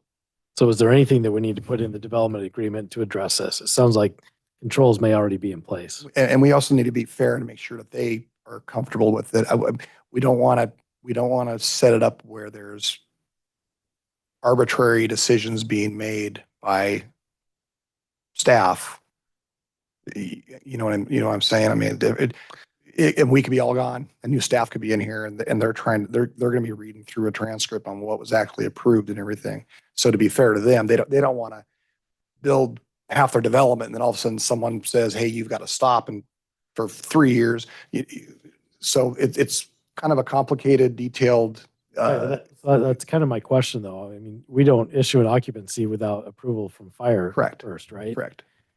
So if this is based on occupancy, and it sounded like in Victor's comments, that's what he was concerned with too, is the increased number of trips. So it sounds like that control might be built in. That Might. without Victor, who's the controller, staff's not going to do anything, which means we'll wait the time until things develop, right? Correct. And I think we're all confident that those connections are going to happen sooner than Yeah. later Yeah, to the most north likely. and the east. So, you know, it's got to be something that developers comfortable with, but also Well, so council I'm wondering, directs is there staff to anything make. for us to actually put in the agreement then? If controls are in place today? I think you have to have something. What's your thoughts? Well, I guess to Councilman Nielsen's point, I mean, if the controls were already in place, they're in code, meaning approvals by fire and that sort of thing. They don't necessarily need to be re-added to the development agreement. If the city is looking for specific triggers, such as no occupancy permits will be issued in phase 1B until a review of all traffic, just to make sure that it's called out for everybody, I think you can do that. And that may be a kind of a boot or a belt and suspenders approach. But just to make sure that all entities are looking at it before you do occupancy permits for phase 1B, and then you'd have the same trigger for phase 1C. And it sounds like probably the same trigger for phase 2A, so that at each step along the way, before there's an occupancy permit issued for that phase, they can still build. So that gives them a little bit of leeway so they aren't totally stopped. But it lets all the agencies, ACHD, ITD, Starfire, City, I'll review it and make sure they're all comfortable with it. And then, then they're kind of given the approval to move forward at that point. I think you could write it just like that, and just so you can have that specific trigger if that's what everybody's talking about, what Is everybody desires. Does that make sense, Sean, to you? So Mayor Chadwick, if I were to restate that or put some language in the development agreement, what I would, if I heard him right, what I would say is at the end of each phase, before occupancy permits are granted, we'll have a review by these agencies and we'll list the agencies. So, okay, yes, and let me ask this question then. We're gonna see a final plat on phase 2A, 2B, and 3, correct? So at that point, the council can decide if it's gonna move forward or not. Based on the reviews that we're gonna see from the updated TISs and from what Victor is talking about and stuff like that. So the council really would have the decision at that time if they would approve that final plat. That's correct. That's for phases 2, Right, 3, and 2A, 4. 2B, and 3. And 4. Well, on 4, yeah. Yeah. On 4. And for phase one, Phase 1 is a single lot, so they get a building permit for the, we're going to single get lot. staff approval, ITD approval, right? ACH2 approval for that. Yeah, you can't say build phase 1A and not say come back to us for phase 1B and C, Well, I'm not talking or about we that. won't give you a permit. That's not okay. You've got to be able to invest the money to have the people come. I think we do a combination of what Councilman Nielsen was saying for that 1A, 1B, 1C review, Prior to occupancy. Prior For the occupancy. phases. Okay. and then the council review at the final plat for phase 2A, 2B, and 3. But you've let them build the whole building and then not give them occupancy? Is that what I'm hearing? I think, Well, it's up to them to decide if they want to build the whole building. well, yeah, so I think we Prior would to build all done. of phase, so we'd have the plans approved for all the apartments. We'd build all of the buildings in phase 1 and get them occupied. So that's being determined now of with those 2 access points. We're good for that. And knowing that part of getting those plans approved is still working with staff on that approval. And then whether we do it before we build buildings or not, once phase 1A buildings are built and being occupied, it's coming back and meeting with staff and providing any additional details or updates to show why, okay, well, now we're going to proceed with 1B. Are you good with occupancy based off of what's going on around here? Right. That makes sense. That was. So it's not necessarily, Somebody say that clearly all the way through. Right. And my thought on the other 3 that are going to come back in final plat, that the final plat doesn't go on the consent agenda like they typically do, that these actually go on as an action item. Yep. For discussion with the council. Final plat for phases 2 and beyond.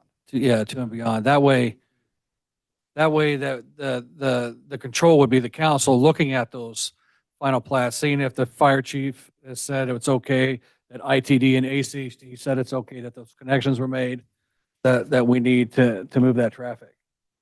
Does that make sense, Chris? It does. I just wanted to get some clarification, just so that everybody kind of in the room knows what we're talking about, because we had some discussion about in phases 1A, B, and C that all the horizontal would get approved. I understand that to be like you're building all the parking, the access roads, all that kind of stuff, or potentially all 3 phases. Yep. Because it's cost effective to do that, Yep. potentially all the landscaping, everything at once. Yep. And then the buildings themselves, you make then- specific decisions on based on this conversation we're having. yeah. Yep.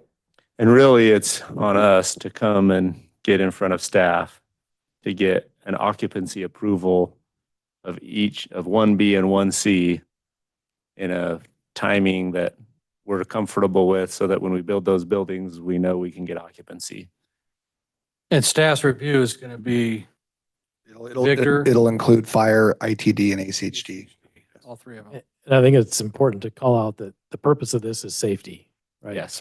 Because otherwise I'm satisfied that the controls are in place. And I love that, what we try to do here at the city is not throw red tape in. As a government, we try to make it as simple as possible, but this is an extra measure of It's safety. unique, Yeah, no, I understand. right? Where it's at. Okay, does that satisfy the timing thing? Okay, and so when you guys have further, I gotta find my paperwork here. where I wrote some stuff down. So some of the things that I have on here is additional traffic studies by phase that we just talked about. No parking along Hamlin, the open green space to meet the requirements of drainage and not to become a mosquito and cattail pit, right? And no storage units in commercial, that's key. Not a problem. No storage units or pizza joints. Kidding. You guys have anything else? Sean, did we talk about anything else on there? Oh, and then 5-foot sidewalks. 5-foot sidewalks. And also discussions of a portion and share plan for a light, I think it was said at Hamlin? Yes, Oh, I'm sorry. Palmer. Yeah, there's, we got too many P Said, letters on these roads around here. I just have an old head. Let's talk Mr. about, Mayor, I also have public access easements on all pathways and sidewalks. I got that. Amazon Falls connection with the first phase, 1A. Participation in the Palmer Light, submittal of the updated TIS theory phase, no storage units, 29-foot drive aisles. Is that what you guys agreed to? Was that? yeah, that's what he is that said. You guys were agreeing to? That's what's designed. Okay. Okay. Yeah. Small trees on the. Yeah, I wrote Small small trees. trees on corners of apartment. Would it be appropriate to have just the public access on the townhome sidewalks and not the apartment sidewalks? Well, are you tying them all together though? Yeah, never. I mean, yeah, how, you're I good. guess how Yeah. are these guys, if You're they're gonna good. walk? they're Yeah, gonna no, I walk right gotcha. through that Yeah, to the they can walk commercial. around there. It's not a Yeah. problem. And then phasing as discussed by council. So what I would propose then, Mr. Mayor and Council, is that I'll work with the applicant prior to bringing the development agreement back to council for review and approval and come up with a proportionate share of that light. You guys can give it some thought and we can Yep. come up with a number and present that back to council at the development agreement Okay. approval phase. Councilman Nielsen? Thank you. I want to revisit the sidewalks within the apartment real quick because I'm sensitive to a public easement Yeah, that goes right around people's living spaces, right? yeah. Now, people can walk on sidewalks, they're open, there's not signage, there's no gates, they can do it anyway, right? But when you put a public easement there, Yeah, it allows people to set up shop. You can post up and you can picket, you can do all kinds of things. I would, So before you give up that up, Yeah, I would- let's consider what's appropriate for these citizens. I that'll think I move would it. rather something that's more related to in the townhomes and apartments that we're not going to put up any fences or gates that restrict access to the neighborhood. Because I agree, an easement is a strong thing to put on a lot. Right. And Typically, so- what we like to do is like along the canal banks, for example. We don't want those Yeah, to be that'll be there. restricted, right? And then there are, with the roadways, they're So what about the exterior of it then, around that perimeter. around that perimeter? It's Well, the the- same, I would like, and I guess that's where I like this idea of like verifying that we're not gonna fence off or gate the community from those pedestrian connections, but like putting an actual easement. It wouldn't be that big of a deal to add an easement. If we had to do it, then that one around the perimeter, but still, Yeah, You're gonna have, I guess you're gonna have in your townhomes and with your commercial up front, from what I'm gathering, yeah, you're gonna have people that are gonna wanna walk there. for sure. So you gotta provide them Yeah. with access except for just along Hamlin Road. Because what you're Well, saying now What is if we everybody that's in the, provided one to the west, so that along 16? so you're gonna have one along Hamlin, and then we provided one access easement along 16, and then left the other is more for the apartments. I'm good with that. I just, my point is, Yeah. we're saying that It's walkable. the apartments can walk through everybody else's stuff, but nobody else can walk through your stuff in the apartments. Well, I don't know that we're saying that they can't because people are going to walk on the sidewalks no matter what. When we put a guess- public easement there, we're giving people certain rights. And we are, yeah, I'm sensitive to like the HOA can't later come in 5 years and put up fences and gates if Right. there's a public easement. And so I think that's You reasonable. can't either if you put that in the covenants. Yeah, that too. Yeah, as an, right. as an irrevocable clause, right? Yeah. And I'd Yeah. be for favor of putting that in the development agreement. But typically, we don't put those easements on any public streets with sidewalks. It's typically on something that's, you know, a designated For sure, pathway. And like the a only one I canal. see here is the canal. But yeah, I think we would be amiable to put it along 16, to your point, for commercial access, just so it feels very, whether it's in CCNRs or whether it's on the plat, you know, making sure that that west access along 16 through the apartments feels like a access to the commercial. I like to see that along 16, Okay. at least. Yeah, that I'm good with not going through the middle and worrying about Yeah. them coming and jumping in your pool or whatever. for sure. For sure. But along 16, so it gives you north-south access to that commercial component. That would be great.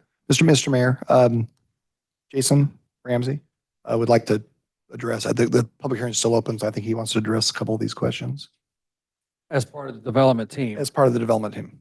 So, yes. Wanted to give him a chance. You're not in trouble.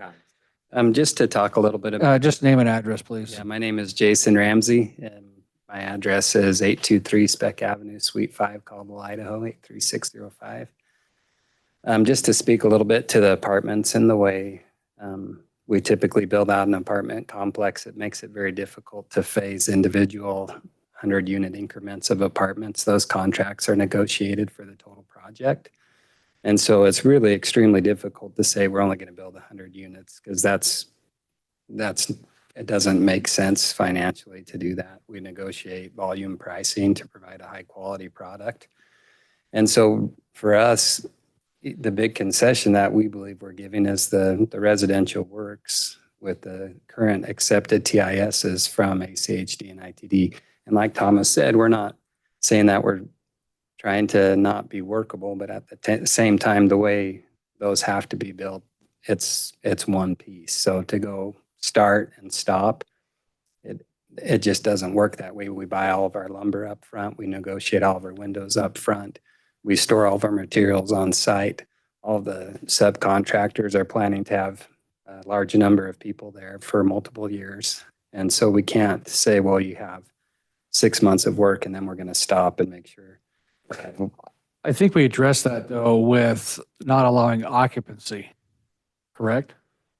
In those units. But do you really not want the buildings to be occupied when they're built? I mean, want to, I I'm don't care. just not- posing to be the, honest, I don't care about occupancy. I care more about safety. Yeah. Right? I'd rather not people get killed along Highway 44 Yeah. because we're so eager to put people in those apartments. We're saying, I don't think we're saying don't build the units. I think we're saying in those two phases, those other two phases, that occupancy is not going to happen until the fire and ITD and HSD signs off on that. I think that's what we discussed, right? well, but if we've already provided that information up front for that phasing and everybody is okay with it up front, Then they'll sign off on it. Is There it a won't be an red- issue. yeah, so can we do that up front? Because I'm just communicating that the apartments are going to be built all in one fell swoop. They have to be, in order for them to work for. Which I the- don't think we disagree with that. Yeah, so I'm just saying that to be contingent to have a bunch of buildings built, they're either going to be safe now or they're not going to be safe at the end of them. We're going to provide a safe pattern to have them be built, if that makes sense. I'm not. But That doesn't make sense to me, because if I've heard what the fire department has said tonight, phase 1A is fine. If we go beyond that and there's not street connections, it's not fine. So that's the whole purpose of this discussion is we can't tell you up front if it's going to be safe. So we've got to have that review in there. Now, in my mind, that review is a 5-minute meeting, right? The data and the details should be there. We put it in the development agreement to ensure that it happens. That's a 5-minute meeting, and either the safety is there that says we go ahead, or the safety is not there. And if it's not there, then it's a timing. You know, the fact is you've got to have the access, and things got to be in place for it to be safe. Absolutely, I agree with that. And I guess my understanding is that meeting could happen. so talk in the microphone, just so it's on the. And so my understanding is like, and I get that, right, with the timing of a month to try to figure this out. But tonight, the fire is okay with 1A. Doesn't mean we can't go meet with them in the next 6 months to figure out why 1B and 1C can't be safe prior to starting any construction. Yeah, we're just saying Yeah. that they have to sign off on, Yeah. we're not saying that you can't construct it, I don't think. Yeah. We're just saying it just can't be And occupied. even occupancy could be determined prior to any construction starting. If we go Right. meet with them and we get those three groups to buy out, to That agree. addresses your concern about the 2-year time frame and buying your lumber packages and your window packages and your roof I packages. just would like the opportunity to addressed up front because it's really difficult to stop the machine once it You just wanna get starts paid. moving. From these guys, right? If they're not occupied, you don't get paid. You know, I think to your point though, look, we're not going to stipulate when that meeting has to occur.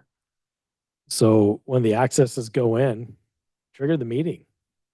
You know, if that's halfway through 1A, trigger the meeting so you get 1B approved. So on and so forth. And I think there's always a chance that, what is that, to the west or east of you? What is it? Fountain Park. I mean, if that gets built, then you don't have a question, For sure. right? I mean, it's really, honestly, it's all based on that connectivity on those around you that makes this whole thing work in the long term. So, Thank you. yep, you bet. Thank you. Anything else, sir? I don't, Kevin? We got this figured out? You got it figured out, Sean? You want to repeat to us everything? So they know, you know what we're talking about?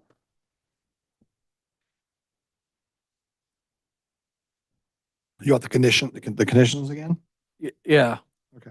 For the development agreement even? So we're gonna include conditions including, open space areas shall function as drainage, will function with drainage as usable space. No parking on Hamlin. Change the 4-foot sidewalks to 5-foot sidewalks inside the townhome development. Public access easements on all pathways and sidewalks. And so what I would suggest on that is we'll work with the developer, maybe come back with an exhibit that clearly points out which pathways and sidewalks are going to be public. would council just be amenable to just for tonight's sake, stating that, that a pathway that generally follows along Highway 16 that connects each development to the commercial. Yeah. I'm- So what I wrote here is a public easement for pathways along Canal and Highway 16 to commercial. We would be great. That would be great for us. I'd still like to have an exhibit, so we'll work with them and Yeah, and I it's think just so it's clear when we get into the We'll development. have staff do the That's exhibit. fine. If that's what he wants. we can create one too, so. We understand what council's intent is. I'm continuing on. Phasing and timing, including the Amazon Falls connection with the first phase 1A. Participation in the Palmer Light to be determined. Submit updated TIS to ITD with every new phase. No storage units in the commercial. Do we want to have the 29-foot widths or is that 29-foot width with small It's already in trees. Already in. already in there? Yeah. Okay. It's already in. Small trees. And again, the staff will come up with some wording for the phasing to allow for all the horizontal construction at once with the sign-offs from ITD, ACHD, and fire for the preceding phases for occupancy. That's it.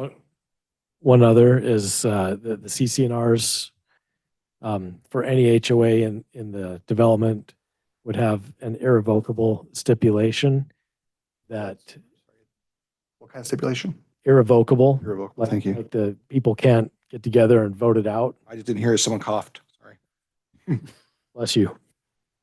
The stipulation that they won't gate their sidewalks Okay. or prohibit, pedestrian access. Okay. We got everything, David, from what you had written down? We did capture the council review 2A, B, and 3 and 4. With the final I thought plat? we'd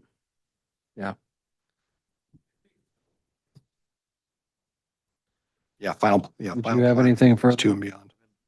You're in. Councilman Nielsen, did you have anything further? With the applicant or with Sean? Sorry, did we have the pro rata share of the light? Yeah, he had that in. Okay.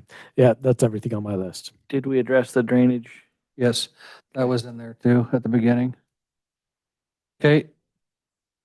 Anything further from you guys? Nope, thank you so much. Okay. Thank you. So with that said, any questions of the staff? Guys, at this point? Okay, with that said, it's 8:50 and I'm going to close the public hearing and go to council deliberations. I'll do it. Mr. Mayor, I'm just going to go, I think we've deliberated. I'm going to go with a motion. So, Mr. Mayor, I'd like to make a motion that we approve let's see, do I have to do all these in stated I can't remember, annexation rezone development agreement? Yeah, Really? read them all just to be All right. clear. That we approve the annexation and zoning, the rezone, the development agreement, the preliminary plat for Talega Village subdivision, and the conditional use permit for Talega Village multiple family, with the conditions as shown in the staff report, along with the additional additions that were listed by Sean. Would you like me to repeat them, or? Do we need to repeat them, Sean or Chris? We're good? Yeah, so because he is. Yeah, as long as everybody understands what those are, we don't need to repeat them. Okay. Everybody understand them? I think so. Bench? Question on that. Did we sufficiently read out or discuss the language for how this review is going to work? Are we satisfied with that? Staff's going to come up with some language. Yeah, come up with that. That'll come back to you within the development agreement. So let me just read what I've written down here. And I'm okay to see a staff revision, but that way we get it into the motion, right? Okay, so let him finish the motion, then we'll go to the discussion to add. And then That is the motion. Okay, so then, So Councilman Hershey, I'd like to add to your motion a clarification on one point, and that is that a city review occurs prior to occupancy permits in phases 1B and 1C. The review to include Starfire, ITD, and ACHD for the purpose of ensuring all safety considerations have been satisfied. I would definitely add that. So yes, Okay. noted and added and amended. amended, okay? Any further, do we have a second? I'll second. We have a second by Councilman Nielsen. Any further discussion? My only discussion would be, I would think that it makes sense to do it all at one shot if the signatures can get done by the ACHD and ITD. The three phases to me are always going to be one. Any which way you divide it, I think it should have been one phase. 1A should have been one phase through 1A, B, and C. So Councilman Wheelock, I like that idea. And I think that like if they get to 1B, we have the review, but everything's in place to approve 1C as well. But that's a one shot. We don't need a second meeting. Does that get it I think halfway we're to where basically it's going? saying that all of the agencies are going to sign off on the whole thing. That's what I think should happen. Well, if they don't sign off on what if they don't sign off on the whole thing? Don't let them build even phase 1A? Yeah. No? If you're not going to have the ability to do the complete project, maybe you start differently.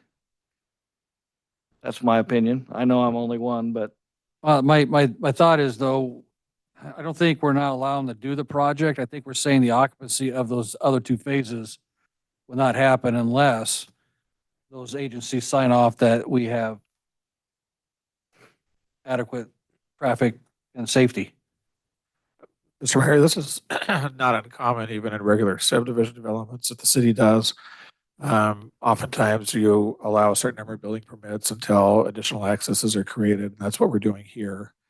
is allowing them to start based on the access that they have that's safe, but before they can occupy enough units, then they've got to make sure they've got other accesses built. So it's not uncommon what we do in other projects, rather than just telling them you're not allowed to build anything until you get all your accesses built.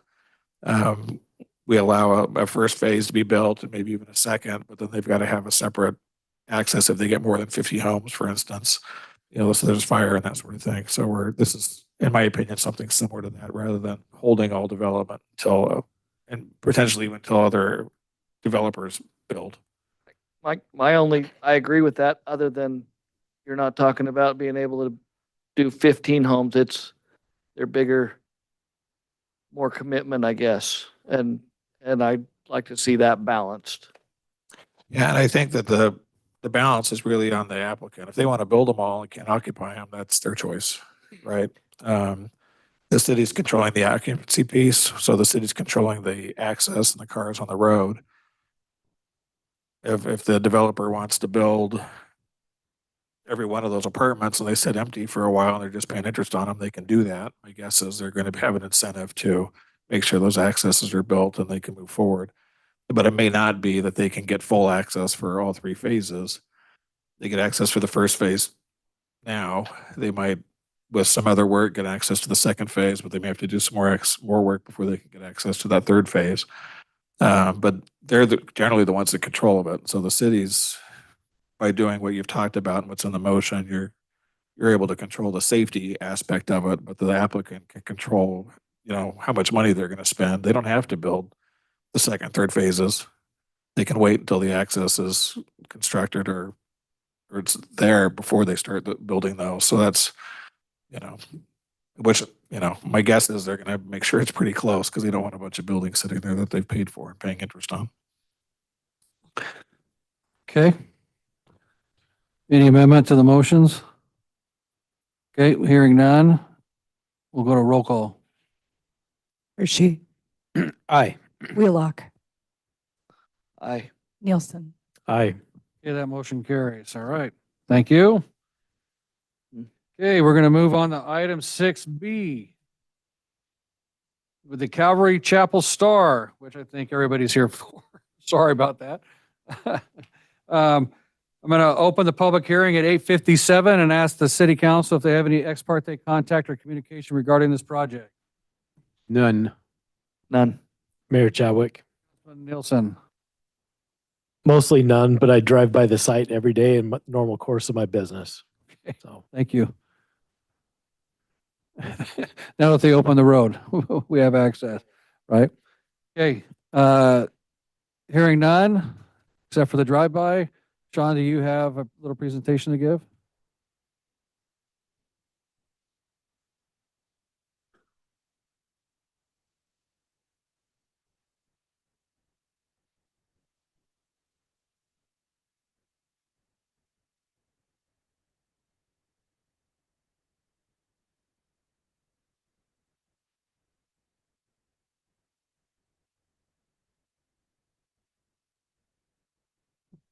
Thank you, Mr. Mayor and Council. You have before you a conditional use permit for the Calvary Church, located on the north side, the northwest corner of Floating Feather Road and Highway 16 here in Star.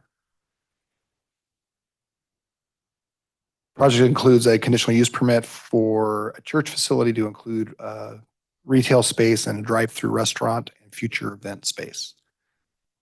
Application requirements, including submittal requirements, agency transmittals, legal noticing, site posting have all been completed per Unified Development Code requirements. The application was reviewed for compliance with the City Comprehensive Plan and the Zoning Code. Late exhibits, you have 2 letters from neighboring property owners. Items for council discussion tonight include pathway connections and future ITD right-of-way for Highway 16 and Floating Feather Road intersection. Staff is recommending approval of this application with attached conditions of approval. I will stand for questions. Any questions of staff before we get the applicant? Okay, hearing none. We'll have the applicant come up and Mayor speak. Chadwick. Oh, sorry. Sorry, I was just slow Councilman to the Nielsen. microphone. Regarding the future ITD right of way for Highway 16 Floating Feather Road intersection, that is different than the intersection that we have today. Is that what we understand by this? We're anticipating a change, Possibly. Possibly, yes. hopefully, possibly. Hopefully, possibly, yeah. Thanks. All right, sorry about that. You come up here. State your name and address, please, sir, for the record, and the floor is yours. Thank you. Good evening, Jim Does- Marsh. I'm sorry, does he have a presentation, by the way? Yeah, I think. Just so you're, yep. Jim Marsh, CSHUA Architects, 200. Oh, sorry, yeah. Forward, back. Wally. Got it. 200 Broad Street, Boise, Idaho. Again, Mr. Mayor, members of council, pleasure to be here tonight. Excited to present the Calvary Chapel Star project to you. Kind of run through real quick the site plan, thoughts on the design, and stand for any questions. We also have Pastor David Axe here, other members of his team as well, to answer more kind of use questions and of those as well. So up in front of you is our proposed site plan. North is up on the plan, Floating Feather on the bottom of the plan, State Highway 16 there on the right of the plan. As you can see on the aerial there, there's a, see if I can, let's see if I can, on kind of over here, in the center of my circle here, that's the actual existing property line. So you can see the large dedication off of Highway 16 that's already been proposed. And this is, items are already on the subdivision in the plat that have been identified. Again, off of Floating Feather, very similar setback, just not quite as large. It goes through a taper and back down. So taking into consideration all those items, you can see in the outside red line is where the property line is, and then the required setbacks inward to the site of that area. Access right now, there's an existing access on the west, or sorry, the far west of the site into the neighborhood. Additionally, it's proposed as a new access point off of Floating Feather right here. This would be a right in, right out access at this point. About 750 feet from the center line of Highway 16, which meets all ACHD's policies. Also try to push this as far west to allow as much stacking, but also kind of aligning it where the end of the taper would be, where this all transitions back in here.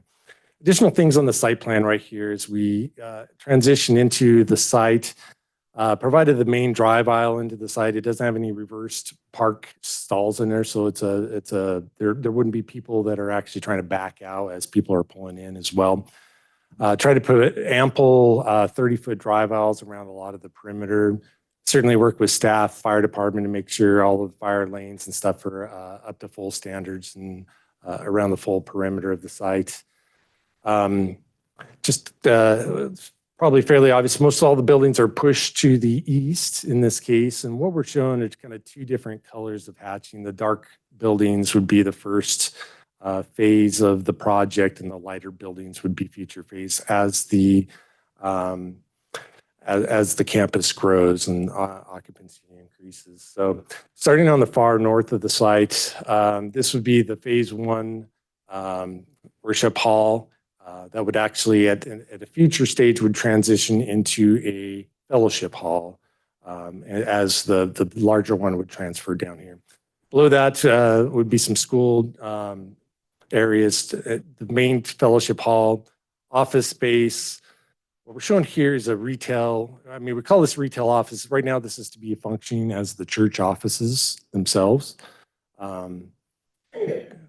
Additionally, over here, we're showing this coffee shop, but this is kind of a church-run operation here with like a library kind of bookstore activities in here.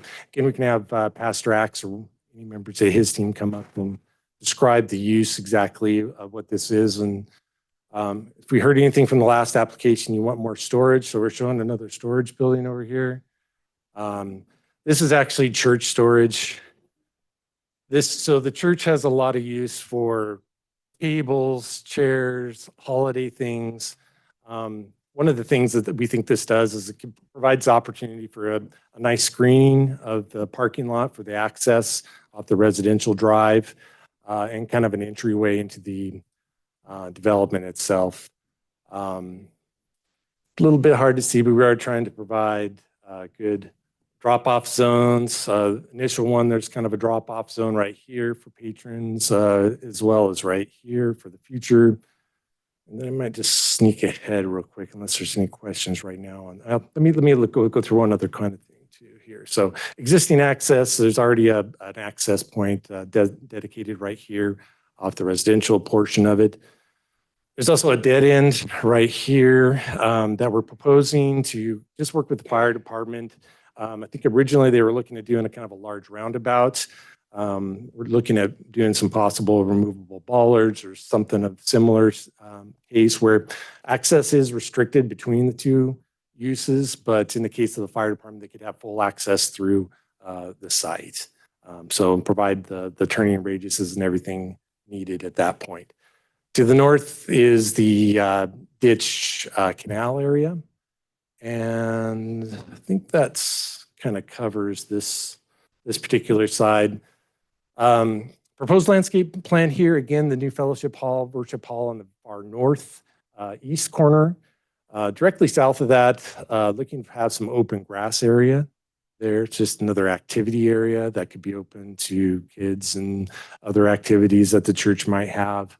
And then following there, so you can see the plaza areas and entry areas to the new fellowship halls. Then on the far south end of the development of this kind of L shape right here is another plaza. So we kind of flank the development with kind of a green space on this side and a little bit of a hard space on this side, but just areas where additional fellowship can happen on those ones. Showing a drive-through on here. I'm not sure if a drive-through is necessary, but with a coffee need, it sounds like it seems like it would make a good use for neighbors and such that morning traffic could run through and get a quick coffee or something as well. Buildings located on this side again provide plenty of screening for all the parking. So all the parking's pushed interior to the development.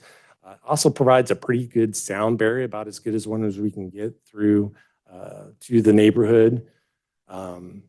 Additionally, landscaping around the perimeter, landscaping around per zoning, whether it be berming or use of fencing. Finally, on the entrance here on the west, a large green space is also proposed for this area. As you can see, kind of in the light colored portion, a dedicated pathway system is suggested all the way around the whole property, connecting in multiple points to the neighborhood and to provide, activity connection point to the neighborhood, but also for the church folks as well. Let's see here, try to go across to the next one. Quick idea of what we think the architecture wants to be, trying to be complementary to the neighborhood, keeping all of the heights. In this case, I think our highest peak was at like a 32-foot portion. So some of the very complementary in scale and materials, a lot of glass, very inviting entrances as well to the building. So little idea of on what we proposed architecture could look like. Again, trying to get as much glass in as much as we can on these different elevations. Again, not necessarily the full function. Floor plans haven't been developed completely, but this is kind of our concept with materials being kind of the board and batten, stone, metal and high quality roofing materials with kind of this light color with the contrasting dark trim. Yeah, and it's as you saw the previous one, robust landscaping throughout the site is being proposed as well. So, and with that, I'd just stand for any questions that you might have. And again, we have members of Calvary Chapel to answer some additional questions. We've all signed up, so yeah. Great. Any questions of the applicant at this time? Councilman Wheelock? Yeah, I guess that future storage will let Bob know that he's got a place to put some stuff. I guess I just have one. The Councilman Hershey? the cafe, is that gonna be like a 7-day a week thing? I can have Pastor kind of come up here. I believe that is going to be the case, that it has some hours open most days, but. Yep. So, Pastor Axe, just say your name and address, sir, please. David Axe, 1041 White Horse Ridge Drive, Middleton, Idaho, 83644. Yeah, the bookstore, coffee shop, 6 to 7 days a week, highly functioning, open to the community, very, very available. Split between a very large open seating area for people just to gather, especially during the winter and summer months. And then probably about 40% of it would be a bookstore type, and then 30% coffee type stuff. An independent type thing, though? Yeah, independent. It just, we self-operated, but open to the community. And pizza would be That's the storage unit's actually a future pizzeria, but the, required. parking path will probably be 5 feet wide. So it's all right. So, All right, I was just curious on that. Yeah, no, yeah. But thank you. You bet, you bet. okay. Any other questions of the applicant team at this time? Okay. Hearing none, thank you. We'll move on to the public testimony portion of this. There were 5 people that signed up in favor that did not want to speak. So we'll jump down to Todd.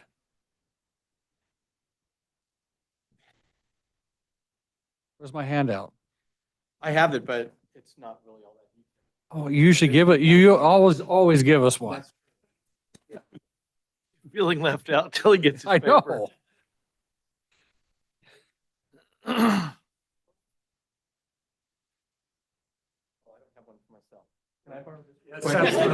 It's no big deal. Todd Collins, 4718 North Echo Summit Way, Star, Idaho. I'm in favor of this project. I think it'd be an excellent addition along the 16 corridor. I just have a couple concerns. And I have 3 of them there listed, but the third one is storage, and we won't talk about that because it's not public storage. Right, it's not public storage. So the other ones are fencing and landscaping that kind of goes with the fencing. So they're proposing a solid fence around the entire property. And I'm concerned that they're giving public access behind the buildings with a solid fence, which kind of leads to an area where vandalism and other nefarious acts may occur. So I would suggest that that maybe be changed to a solid fence alternating every 30 feet or so with an open fence. With the landscaping, and maybe they already know that they have to have the landscaping on the outside of the fence. They don't show it that way, but I just want to make sure that that fence is going to be screened with landscaping on the outside of the fencing and not just on the interior part. And also wondering about the fencing along Floating Feather. If you're going to have a commercial development there, do you really want to put a 6-foot high fence there and no one will really know that it's there? And then the third one was just storage, but again, that's been resolved. So that is basically it. Storage was for you, Todd. For your stuff. I think it was. Okay. All right, any questions of Mr. Todd? Yeah, just one. Councilman Nielsen? You can do a lot behind a 30-foot fence. So why alternate? Why not just go open or recommend open all the way?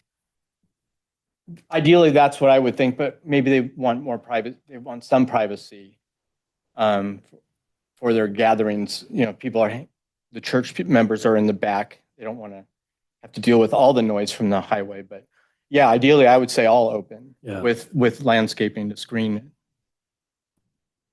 Yeah. Yeah, we'll let them talk to that too when they come Yep, up. got that. Thank you. Okay. Any further questions of Todd? All right, thank you, sir. Appreciate it. All right, Pastor Axe, did you want to speak or are you just part of the? Okay. Yeah, I said what I wanted to say, I think. All right, thank you. Let's see, I think it's Mr., is it Blazek? Blazek, sorry. Okay, all right. You can make this easy. All right, let's see. We got Mr. Tracy. I was just going to answer questions. Oh, perfect. Mr. Kinney. You have got the beard going on there, sir. It's coming off soon. So good evening, Mr. Mayor, council members. My name's Josh Kinney. We live at 8675 West Broken Arrow Street in Star. I am in favor of having Calvary Chapel as our new neighbor. We have the 25 acres, give or take, to the north of them. So we're kind of their northern neighbor, made up of both residential as well as some commercial property. I just have one request tonight that I would ask be added to the plat, and that is for interconnectivity between our commercial parcel and their commercial parcel. I drafted an email that hopefully council you had a chance to read. We've lost our hard corner with the rerouting of Floating Feather that just shut down. We knew that was coming, but it has now actually happened, and we expect to lose Highway 16 access at some point. As you guys have pointed out, they're not keeping Highway 16 access for anybody else. And so in order to have a viable commercial parcel on our 2.5 acres, we really need more access than going all the way around, down Floating Feather, down Pollard, and back down Broken Arrow Street. And so we are looking for cross access for vehicular and pedestrian traffic. About a year and a half ago, I stood before this council looking for an approval for annexation of a PUD and annexation and rezone, and calling out 2.5 acres of commercial use, which you guys approved. Thank you very much. As part of that annexation approval, City Council specifically asked as an additional requirement for us to provide a cross-access easement to the south of our parcel to connect our development with the future commercial uses in Rosti Farm subdivision, which is this parcel. It just makes sense to me that you guys were assuming at that point that these two parcels would be tied together, and I think that still makes sense at this point. We've been kind of depending on that cross-access as part of our plan for getting traffic in and out of our parcel. In conversations that we've had with the city, we've been told that the entity that purchased this property and developed this property would be required to put in that access to connect the two properties for vehicular and pedestrian connectivity. I don't see that on these plans. I can see the easement that's in place where water and sewer went across. You can kind of see them in one of their drawings, but I don't see that access point.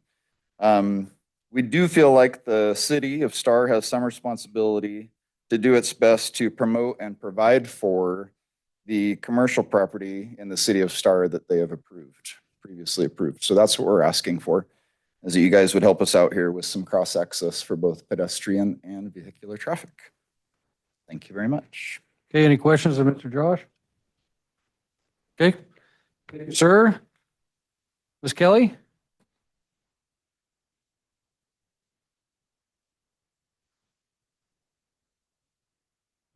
Thank you, Mr. Mayor and council people. I am Kelly Kinney. I am also at 8675 West Broken Arrow Road in Star.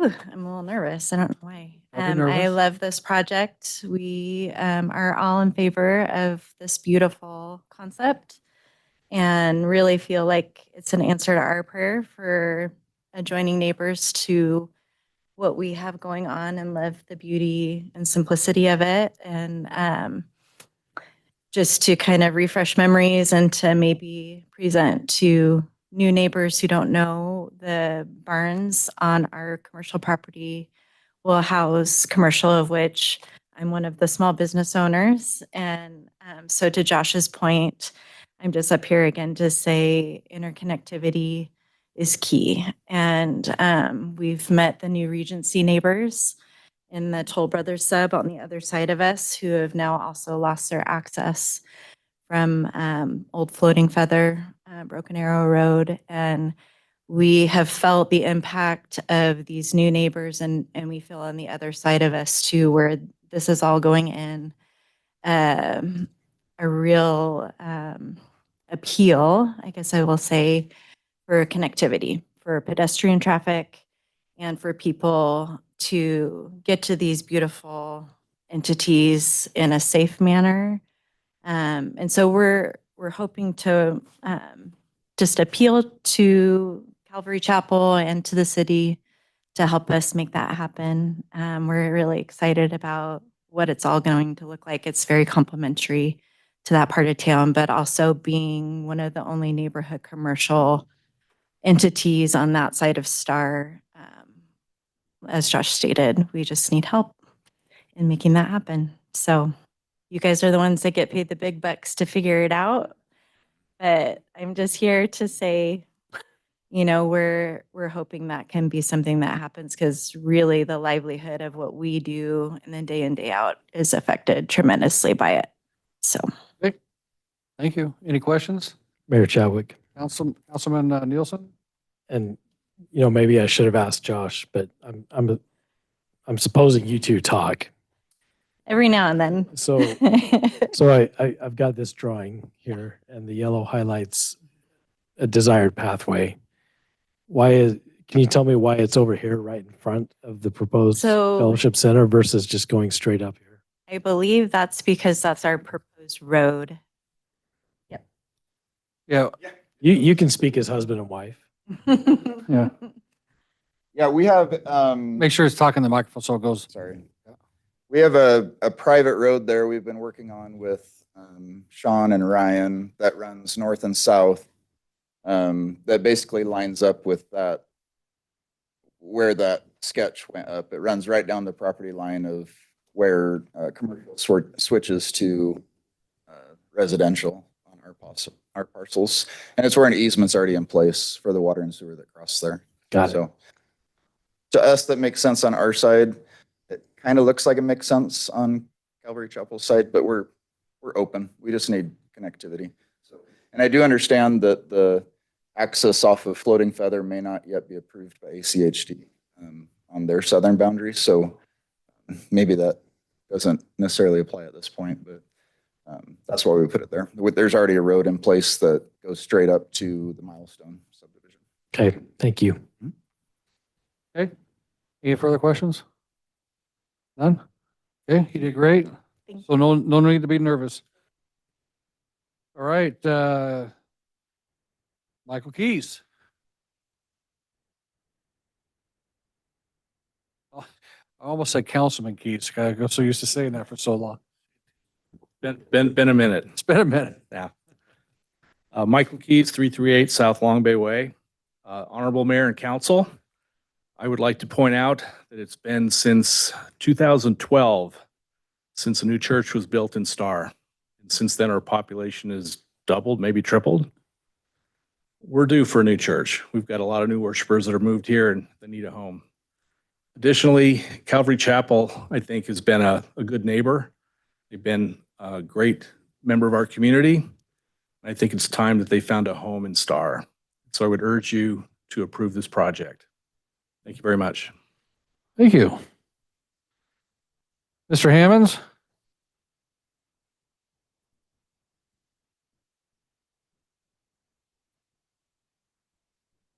Mayor, Council, Ryan Hammonds, 3103 West Sherrill Drive, Meridian, Idaho. I'm representing Toll Brothers, the seller in this case, which is weird being on the opposite side of things, but happy to do it. This site has been a challenge for us. The uncertainty and the access for Highway 16 and us trying to find a partner that complements the residential side has been a struggle since this project has been approved. Working with the Calvary Chapel people has been, I think this is the right fit for this neighborhood. We actually passed on a better offer.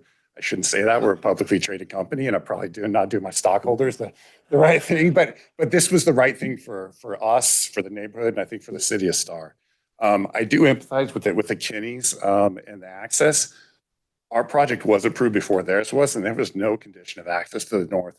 That is an extremely expensive road to be built, crossing that canal and the elevation change. So that's all I have to say. Any questions for Mr. Hammonds? Okay, thank you. Appreciate it. Mr. Nick, you didn't say yes or no? Is Nick here? No? Okay. No to speaking. All right, that's all that signed up to speak. So we have the applicant team come back up and address some of the comments that have come up and. Yeah, sure. Two that come to mind, the fencing, it was my understanding that we had to have it in by some code. If we did not need fencing around the entire perimeter of the building, by all means, we do not You don't need a fencing? want Oh, that. okay. Certainly So along real quick, highways. Let me ask, what, do they need it along Highway 16? Either way, along Highway 16, just that barrier between children where they may be actively Oh, okay, playing in gotcha. traffic, we would prefer along Highway 16, absolutely. But there's nowhere else that we're wildly zealous to have fencing up, unless that's city code for some reason. The second, with the connectivity of traffic going through the property, staunchly against it, unfortunately, due to families walking across the parking lot and trying to get back and forth throughout the day. I don't see a safe way to feasibly allow children and families to walk back and forth across the campus while having to cross a street that may have cars going up and down at the same time. Especially, I think, is it Pollard? That's only a couple hundred yards west. And so having a street go through only shortcuts about less than a minute off of your travel. I don't think it would make a huge difference, but What about a pedestrian path going to the north? pedestrian, very open to. Yeah, that foot traffic's not the concern. It's cars going up and down through the parking lot / what would no longer be a parking lot, but pedestrians trying to cross constantly all the time would be a concern. Okay. Did you want to talk to, or did you want to talk to what Mr. Todd was talking about the plants along the outside of the fencing, or what, a fencing breakup or things like that? Yeah, unfortunately, like again, Jim Marsh, CSHQA. Fortunately, the landscape architect could not be here tonight. I think he was under the assumption there's a couple of different ways to comply with perimeter parking lot landscaping. Some of them's a berm or a fence or a solid vegetative screen.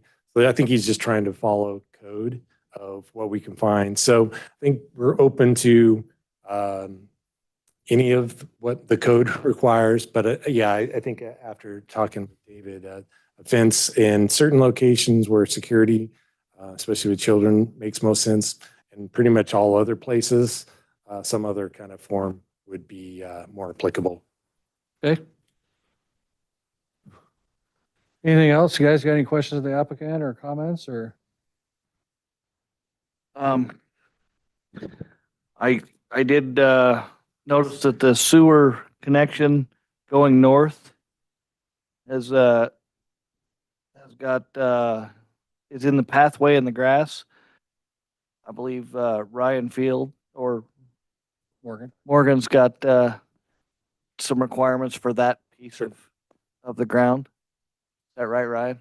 Yes, we will have to have an all-weather surface that can support a 50-ton vehicle access to any sewer manhole that's on the property.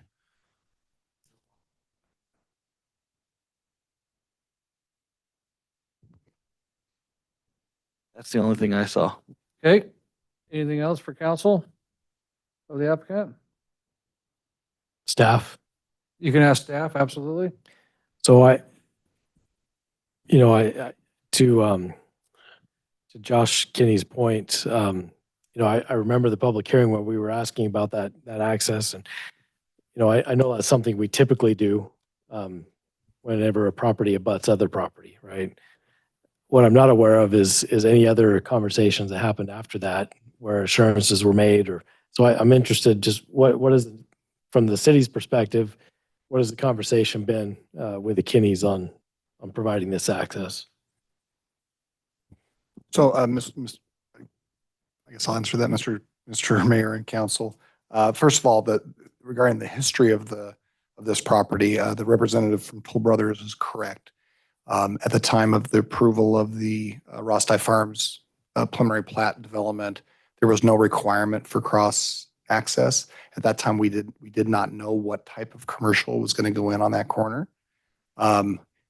In subsequent discussions with Mr. Kinney in pre-application meetings, we explained that we would love to have an access connection, but not knowing what the commercial use was at that time, if it was going to be a like a complex, multiple stores and things like that, it would be easier to get a connection as opposed to a private facility like a church or something like that. So that's why staff's not recommending it. We just don't see how a public access road could fit in with their plans for a private campus.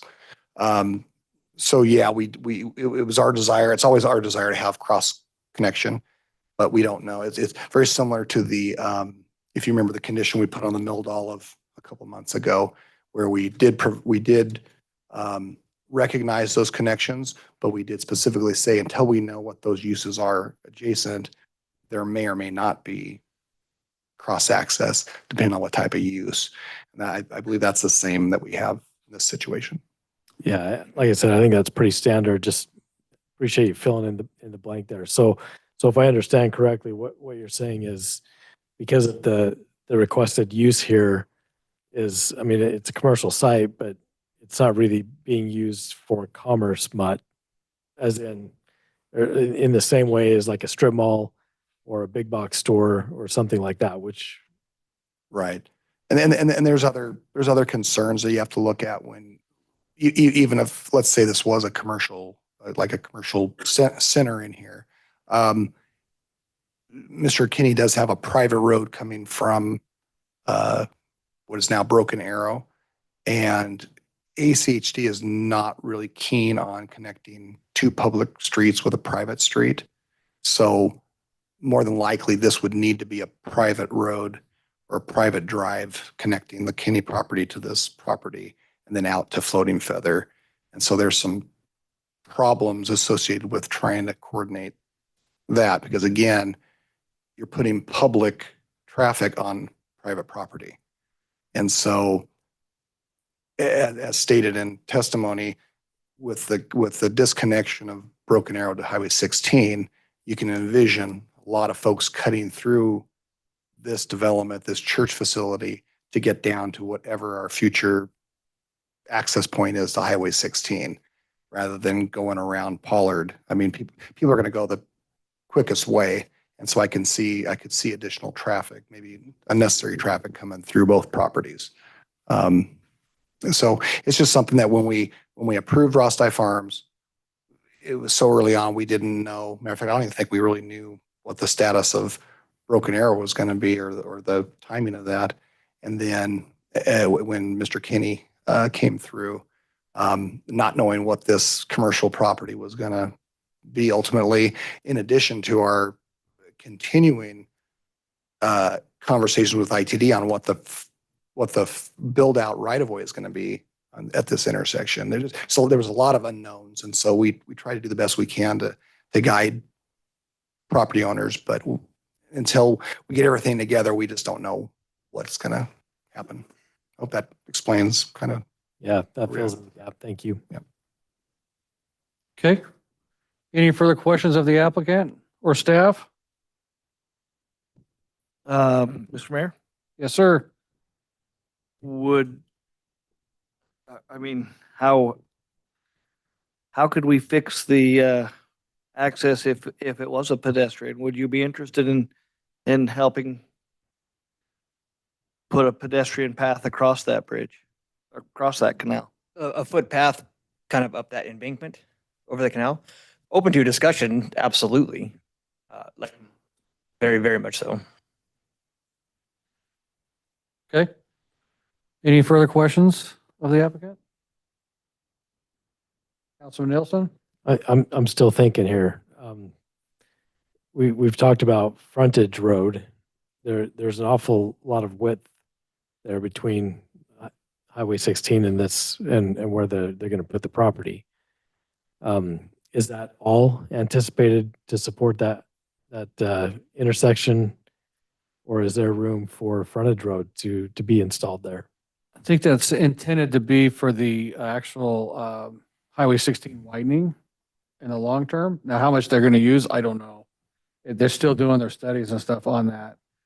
It's possible that we can try to go to ITD and ask them to put a frontage road along. Well, there. my thought is that south of Floating Feather, ITD is already committed to putting in a frontage road to support those storage units. No, they didn't commit to that. That's going to be development driven with the other property south of the Toll Brothers property. I understood, but they've already committed the spaces there. So development driven, there's a decision point. But it's not on the frontage of Highway 16. It's on the backside of the storage units. No, I don't think so. There's Right? I think that was a different conversation. Are you talking about the Talking about access off of Highway 16, that it was promised to those storage units. Yeah, so no, so this location right here, this intersection of the new Floating Feather, and I think it's Worsley. This is the road that goes south through Heirloom and connects to what will be the future roadway going behind the storage units. Yeah, that's not a frontage road. A frontage road goes along. Right. It's the not a highway. frontage road. They're putting in. They're providing access until that road in the back gets built and then that access goes away. So I may not be connecting the right dots with the right application. Yeah. But in the last 6 months, we've had an application come in where ITD was given the option that if a particular access that exists today off of Highway 16 is not preserved, then they would provide access through a frontage road along Highway 16. I think it's on that.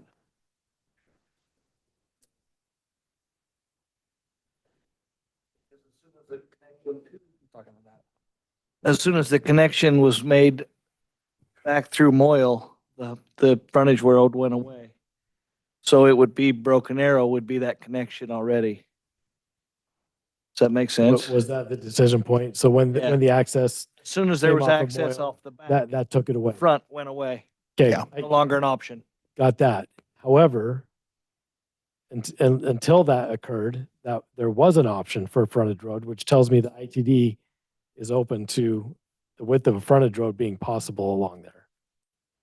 Mr. Mayor and council member, you are correct. I think that is possible.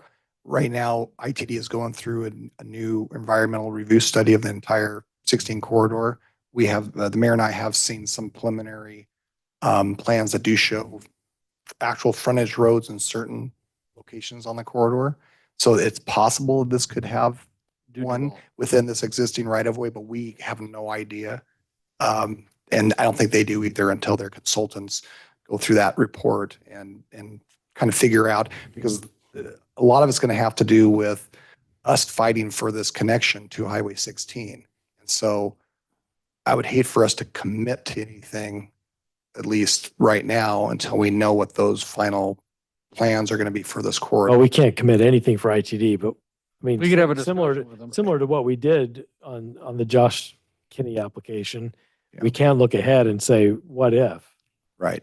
And if Highway 16 doesn't take all that, the possibility of a frontage occupying some of that,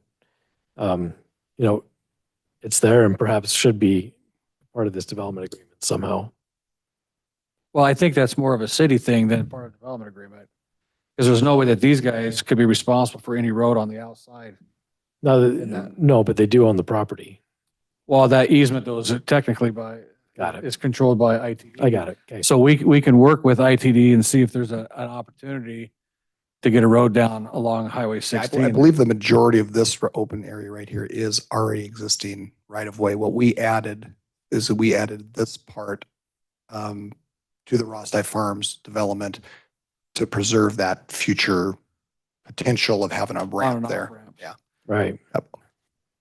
Mayor, I haven't been at that hearing. I remember we left a room aside for a deceleration lane and an off ramp so all of that room is there to do exactly what you're talking about. So that, and it might be a better option anyway, as far as slope goes on that side of the properties. So we could talk to ITD and see what we can get. We're not done with that intersection of Floating Feather and Highway 16 with ITD because their original plans are not beneficial to Star. And we're fighting for that. So we can try to talk to them about that too. So maybe, Mr. Mayor and council member, that's a question for the applicant tonight on future consideration for that, because they're going to need to build something into their development, because I don't know how long it's going to take ITD. It's going to take them a couple years to figure out what they're going to do with this corridor. In the meantime, I think they're wanting to get started. But I don't think it impacts them. And if it doesn't, maybe If you're staying on the outside in that right of way that ITD has for this frontage road, it doesn't impact anything that we're seeing here today. Right. Right?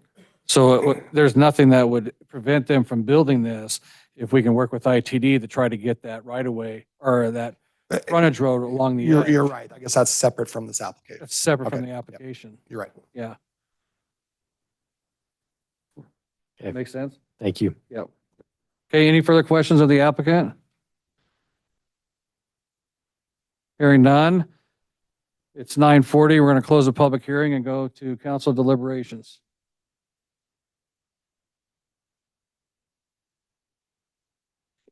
Anybody? That's your clue.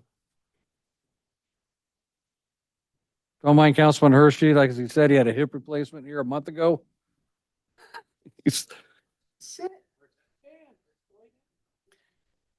Mayor Chadwick. Councilman Nielsen. So I'll kick us off. Look, really supportive of what you guys are doing here. And it's been fun to watch your group start, at the Star River House and grow and develop and now get to a point where you can really put down roots in the community. And to, Mr. Key's point that it's been a long time since we've had a church built here.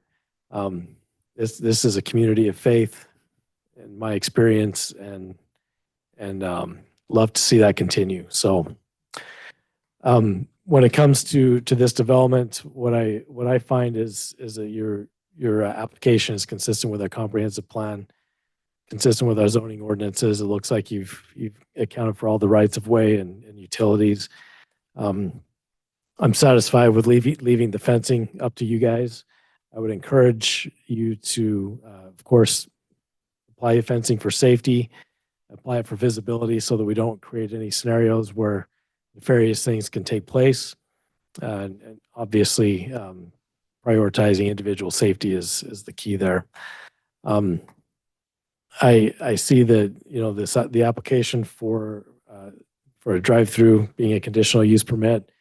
I think it's kind of a good idea for you guys to put that in there, and certainly would be a popular spot in the neighborhood and the community. So support that as well. When it comes to the cross access for commercial,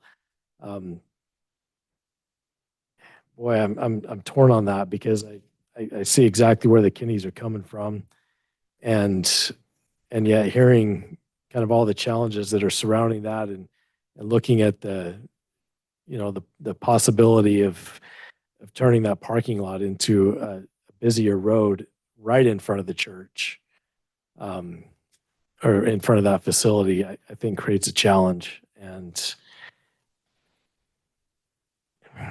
the thing that I don't like about what I'm going to say is it kicks the can down the road, but literally, because I think the best option there is to pursue a frontage road. I do like the idea of putting a pedestrian access across there. I'm not sure what ideas others had on that, but or what we can, I don't know what we can put in the development agreement on that. I'm open to hearing what the council's and staff's ideas are on that. So I'll leave it there for now. Okay. You didn't make a motion, did you? No. Any further discussion? I'll go in the middle of this. If I were to think that there was a cross access, as I remember the conversation from the Kinneys, I was still really new. I'm going to use that to my advantage. But I remember that being talked about, having Floating Feather shut off and it being Broken Arrow and it being a cul-de-sac with a farmer's market. And the discussion that I remember was that would be fine. It was a cul-de-sac and it would cut down on their traffic long term, but that there would be a farmer's market up there eventually or something to that effect, which I think may benefit from a walk path bridge at some point if they could talk about that between the two of them and figure that out. I think that's the easier plan than making a road right in front of the chapel. But if ITD is open and interested to a frontage road, that'd be fine with me. I don't know that putting it through the middle of the parking lot works for me though. Other than that, I think it's great. Beautiful, beautiful options. Looks like it's going to be a nice corner. Okay. Any further comments, motions? I can't add anything else. The connectivity bothers me. And it's got a lot of unknowns. So I don't know. I don't think I can stipulate talk in the future, but the pedestrian path is quite sound. And it sounded like it was quite acceptable. Right. Yeah, it's just, Sean, you just pointed out that ITD is just up in the air with this. And you're right. We can't dictate what they do. We can certainly push them. And I believe our mayor likes to push people. I work aggressively with. And I am. You got a comment? When Dave's done. Oh, when you're done, David, Chris has a comment. Oh, I was just going to say, you know, and it's right. We haven't had a church approved since 2012. And I have enough problems already. I don't want to get God against me. So, Oh my. Chris, I'm waiting to drop things. he's been waiting for that one for 8 years. David, vote your conscience tonight. Chris, you have. Yeah, just about the connectivity up over the waterway. I don't know. I'm not sure who was talking to Sean about it, if it's Farmers Union or who's in control of that, but just a reminder that nothing can be built over that without their permission. And so there's some kind of crossing, whether it's a road or a bridge or anything. So even if everybody in the room says, yeah, we'd love a footbridge, they may say, no, you're not building a footbridge and there's nothing we can do about it. We may love a road, and if they say you're not building a road over our canal, there's nothing you can do about it. So just keep that in mind, that requiring something be built today really isn't possible because the people that own or control the access over that aren't part of this conversation. And so it's okay to have everybody talk and think about what ideas are and how much they might cost and who might pay for it. But at the end of the day, somebody else has to make the decision whether or not it would even be allowed. Okay. Good comments. I just want to follow up with the letter that we received from a neighbor that lives in that subdivision, Heirloom Ridge, Miss Jennifer Miners, who was opposed to this because of the drive-through and whatnot. And I just want to make sure everybody's very clear that back when we approved this, Rosti Farms back in 2000, what year was that? 18, 20, somewhere in there, that we approved this, that whole Heirloom Ridge subdivision with the intent of having commercial of some sort on this corner, which specifically has in the development agreement, a church and drive-through establishments with drive-up service windows. So it is an allowed use that was already determined years ago before anybody moved into that development. So I just want to make sure everybody understands that it's out there, that we are doing what we agreed to do back in the day, according to this development agreement. So, all right. All right. Anybody got a motion? Mr. Mayor, Councilman Hershey? I'm going to make a motion that we approve. I just lost the whole thing. The conditional use permit for Calvary Chapel with the stated staff report, the 15 stated items in the staff report, Also to include that the fencing is basically just up to what they want and need, as long as, take safety into consideration. Landscaping doesn't seem to be a problem. Storage, not there. When it comes to connectivity to the north, taking into consideration the issues with ITD, with what Sean has said, and what you added as well, we can only stipulate or ask, I guess, that you work together to get some kind of agreement that will work. Because a lot of it really is out of the hands of this elected body. I don't believe there's anything else to add to that. so- Was there any other conditions, Sean, that we talked about? No, Mr. Mayor, I was just wanted a clarification on that pedestrian pathway. And the hard surface for the sewer? Oh, yeah, and the hard surface for the, I think That's- they have to that- do that anyway. We'll have that in there. Well, the pedestrian pathway, I'd like it to be, ADA compliant, so. Well, I guess what's your clarification? What do you So, want? so,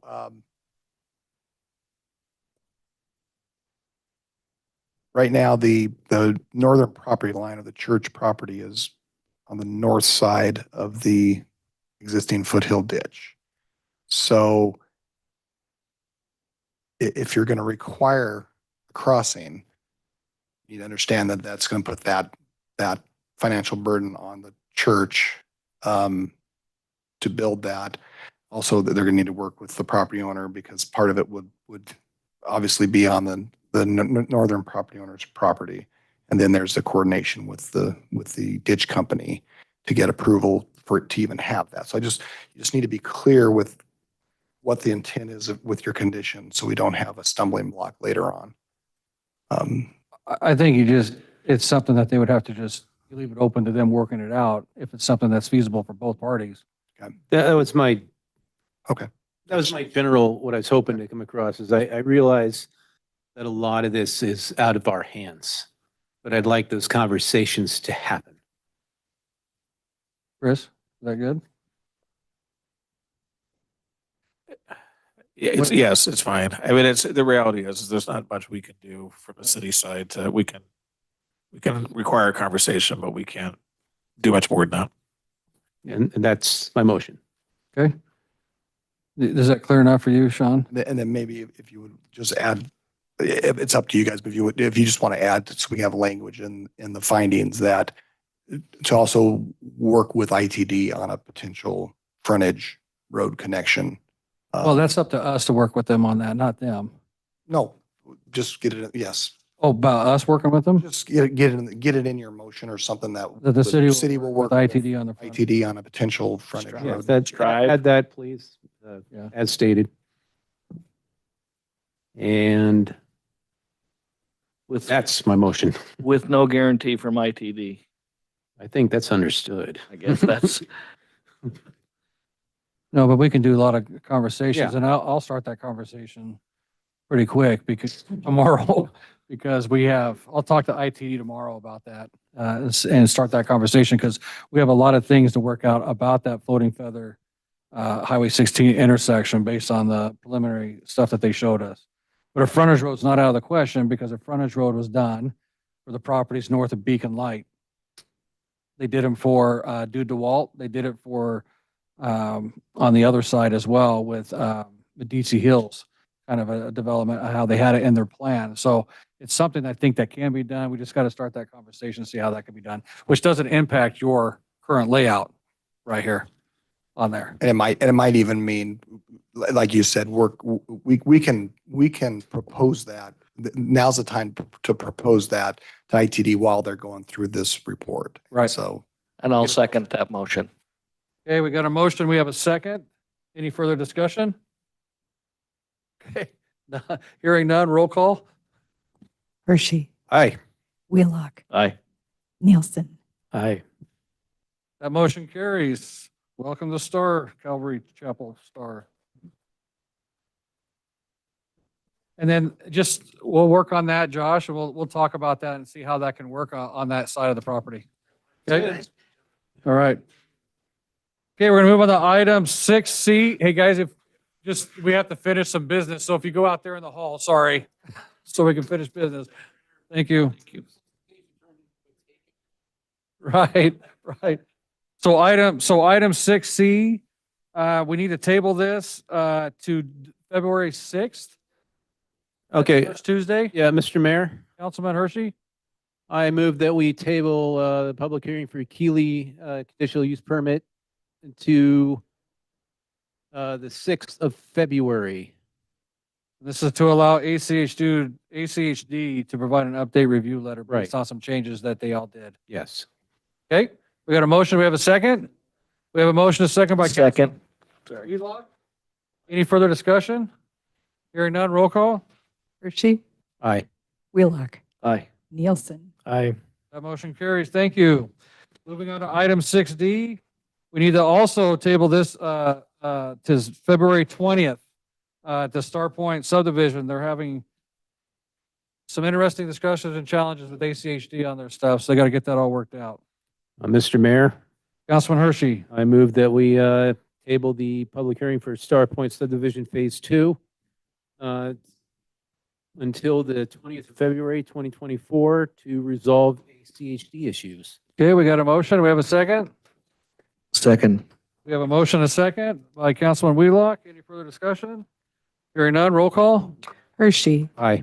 Wheelock, Aye. Nielsen, Aye. Okay, that motion carries. Thank you. On the item 7, an action item on the Pavilion Park restrooms, utilities and pad. I believe our city engineer, Ryan Morgan, will come up and talk to this. Got 1 minute. You got 1 minute. My truck started. Oh, I hear it. Okay, go ahead, Ryan. Ryan Morgan, city engineer, address is City Hall. To make this quick and short, we sent this advertisement, or not advertisement, we sent this request to multiple different entities to get bids on this. This particular project was either too large or too small for everybody that we reached out to. And we only had one person that responded back, so we were recommending awarding it to Titan Excavation and Construction, TEC. So everybody's aware, so they understand what this is. This is running the sewer, the electrical, and the water, and constructing the pad where the restroom's going to sit on that you guys previously approved. That'll be coming to us in April. And previously, what we have done is at the parking lot, at the Pavilion parking lot, we actually had the sleeve ran for that, so they don't have to tear up that parking lot to get this out to the sewer connection. So that was forward thinking on our part for that. Because of the depth out in the road, some of the smaller plumbers that do home type connections were afraid of the depth in the groundwater. But larger firms like Knife River, et cetera, said it's too small of a project for them to go after with as much other work going on in the valley. They have to go 15 feet right down. It's nearly 15 feet down to the connection. Sewer connection in the road. Hidden Brook Road. So we're asking for you is to approve TEC's proposal on this, so we get them working on this as soon as we have unfrozen snow ground. So it's ready to go. Scroll to the bottom of that, Sean, please, of that TEC proposal. I think it's one more page, I think, right? Yeah. So it's a cost of $99,947.48, which will come out of our park impact fee fund. What was our estimate again? Our estimate on this, I don't think we really had an estimate because we weren't quite sure, but we sent it out to, I think, five or six different Okay, contractors. so we're going to does this look feasible to you, Ryan? Based on the work that needs to be done and the depth of this sewer connection, we actually went back and forth multiple times and we hammered him pretty hard to break out numbers and all that. So we feel pretty comfortable with where we're at. Comfortable with the company too, just overall? Comfortable with the company? Yeah, TEC's done work for us. I was going to say, I think they have. Yeah. They've done a good job for us. Did the plumbing stuff for the splash pad. So Right, that's what it was. Thank you. Yep. They did work over there at the dog park too, with all that tiling of that ditch and whatnot. So we're looking for a motion to. Mr. approve Mayor. this. Yes. I'd make a motion that we approve this bid for TEC to put in the restroom pavilion park restroom utilities and pad for $99,947.48. Okay, we have a motion. Do we have a second? Do we have a second? Second. Okay, we have a motion and a second. Any further discussion? Hearing none, roll call. Hershey, Aye. Wheelock, Aye. Nielsen. Aye. All right, that motion carries. Thank you. With that said, it is 9:59 and we are adjourned. Made it before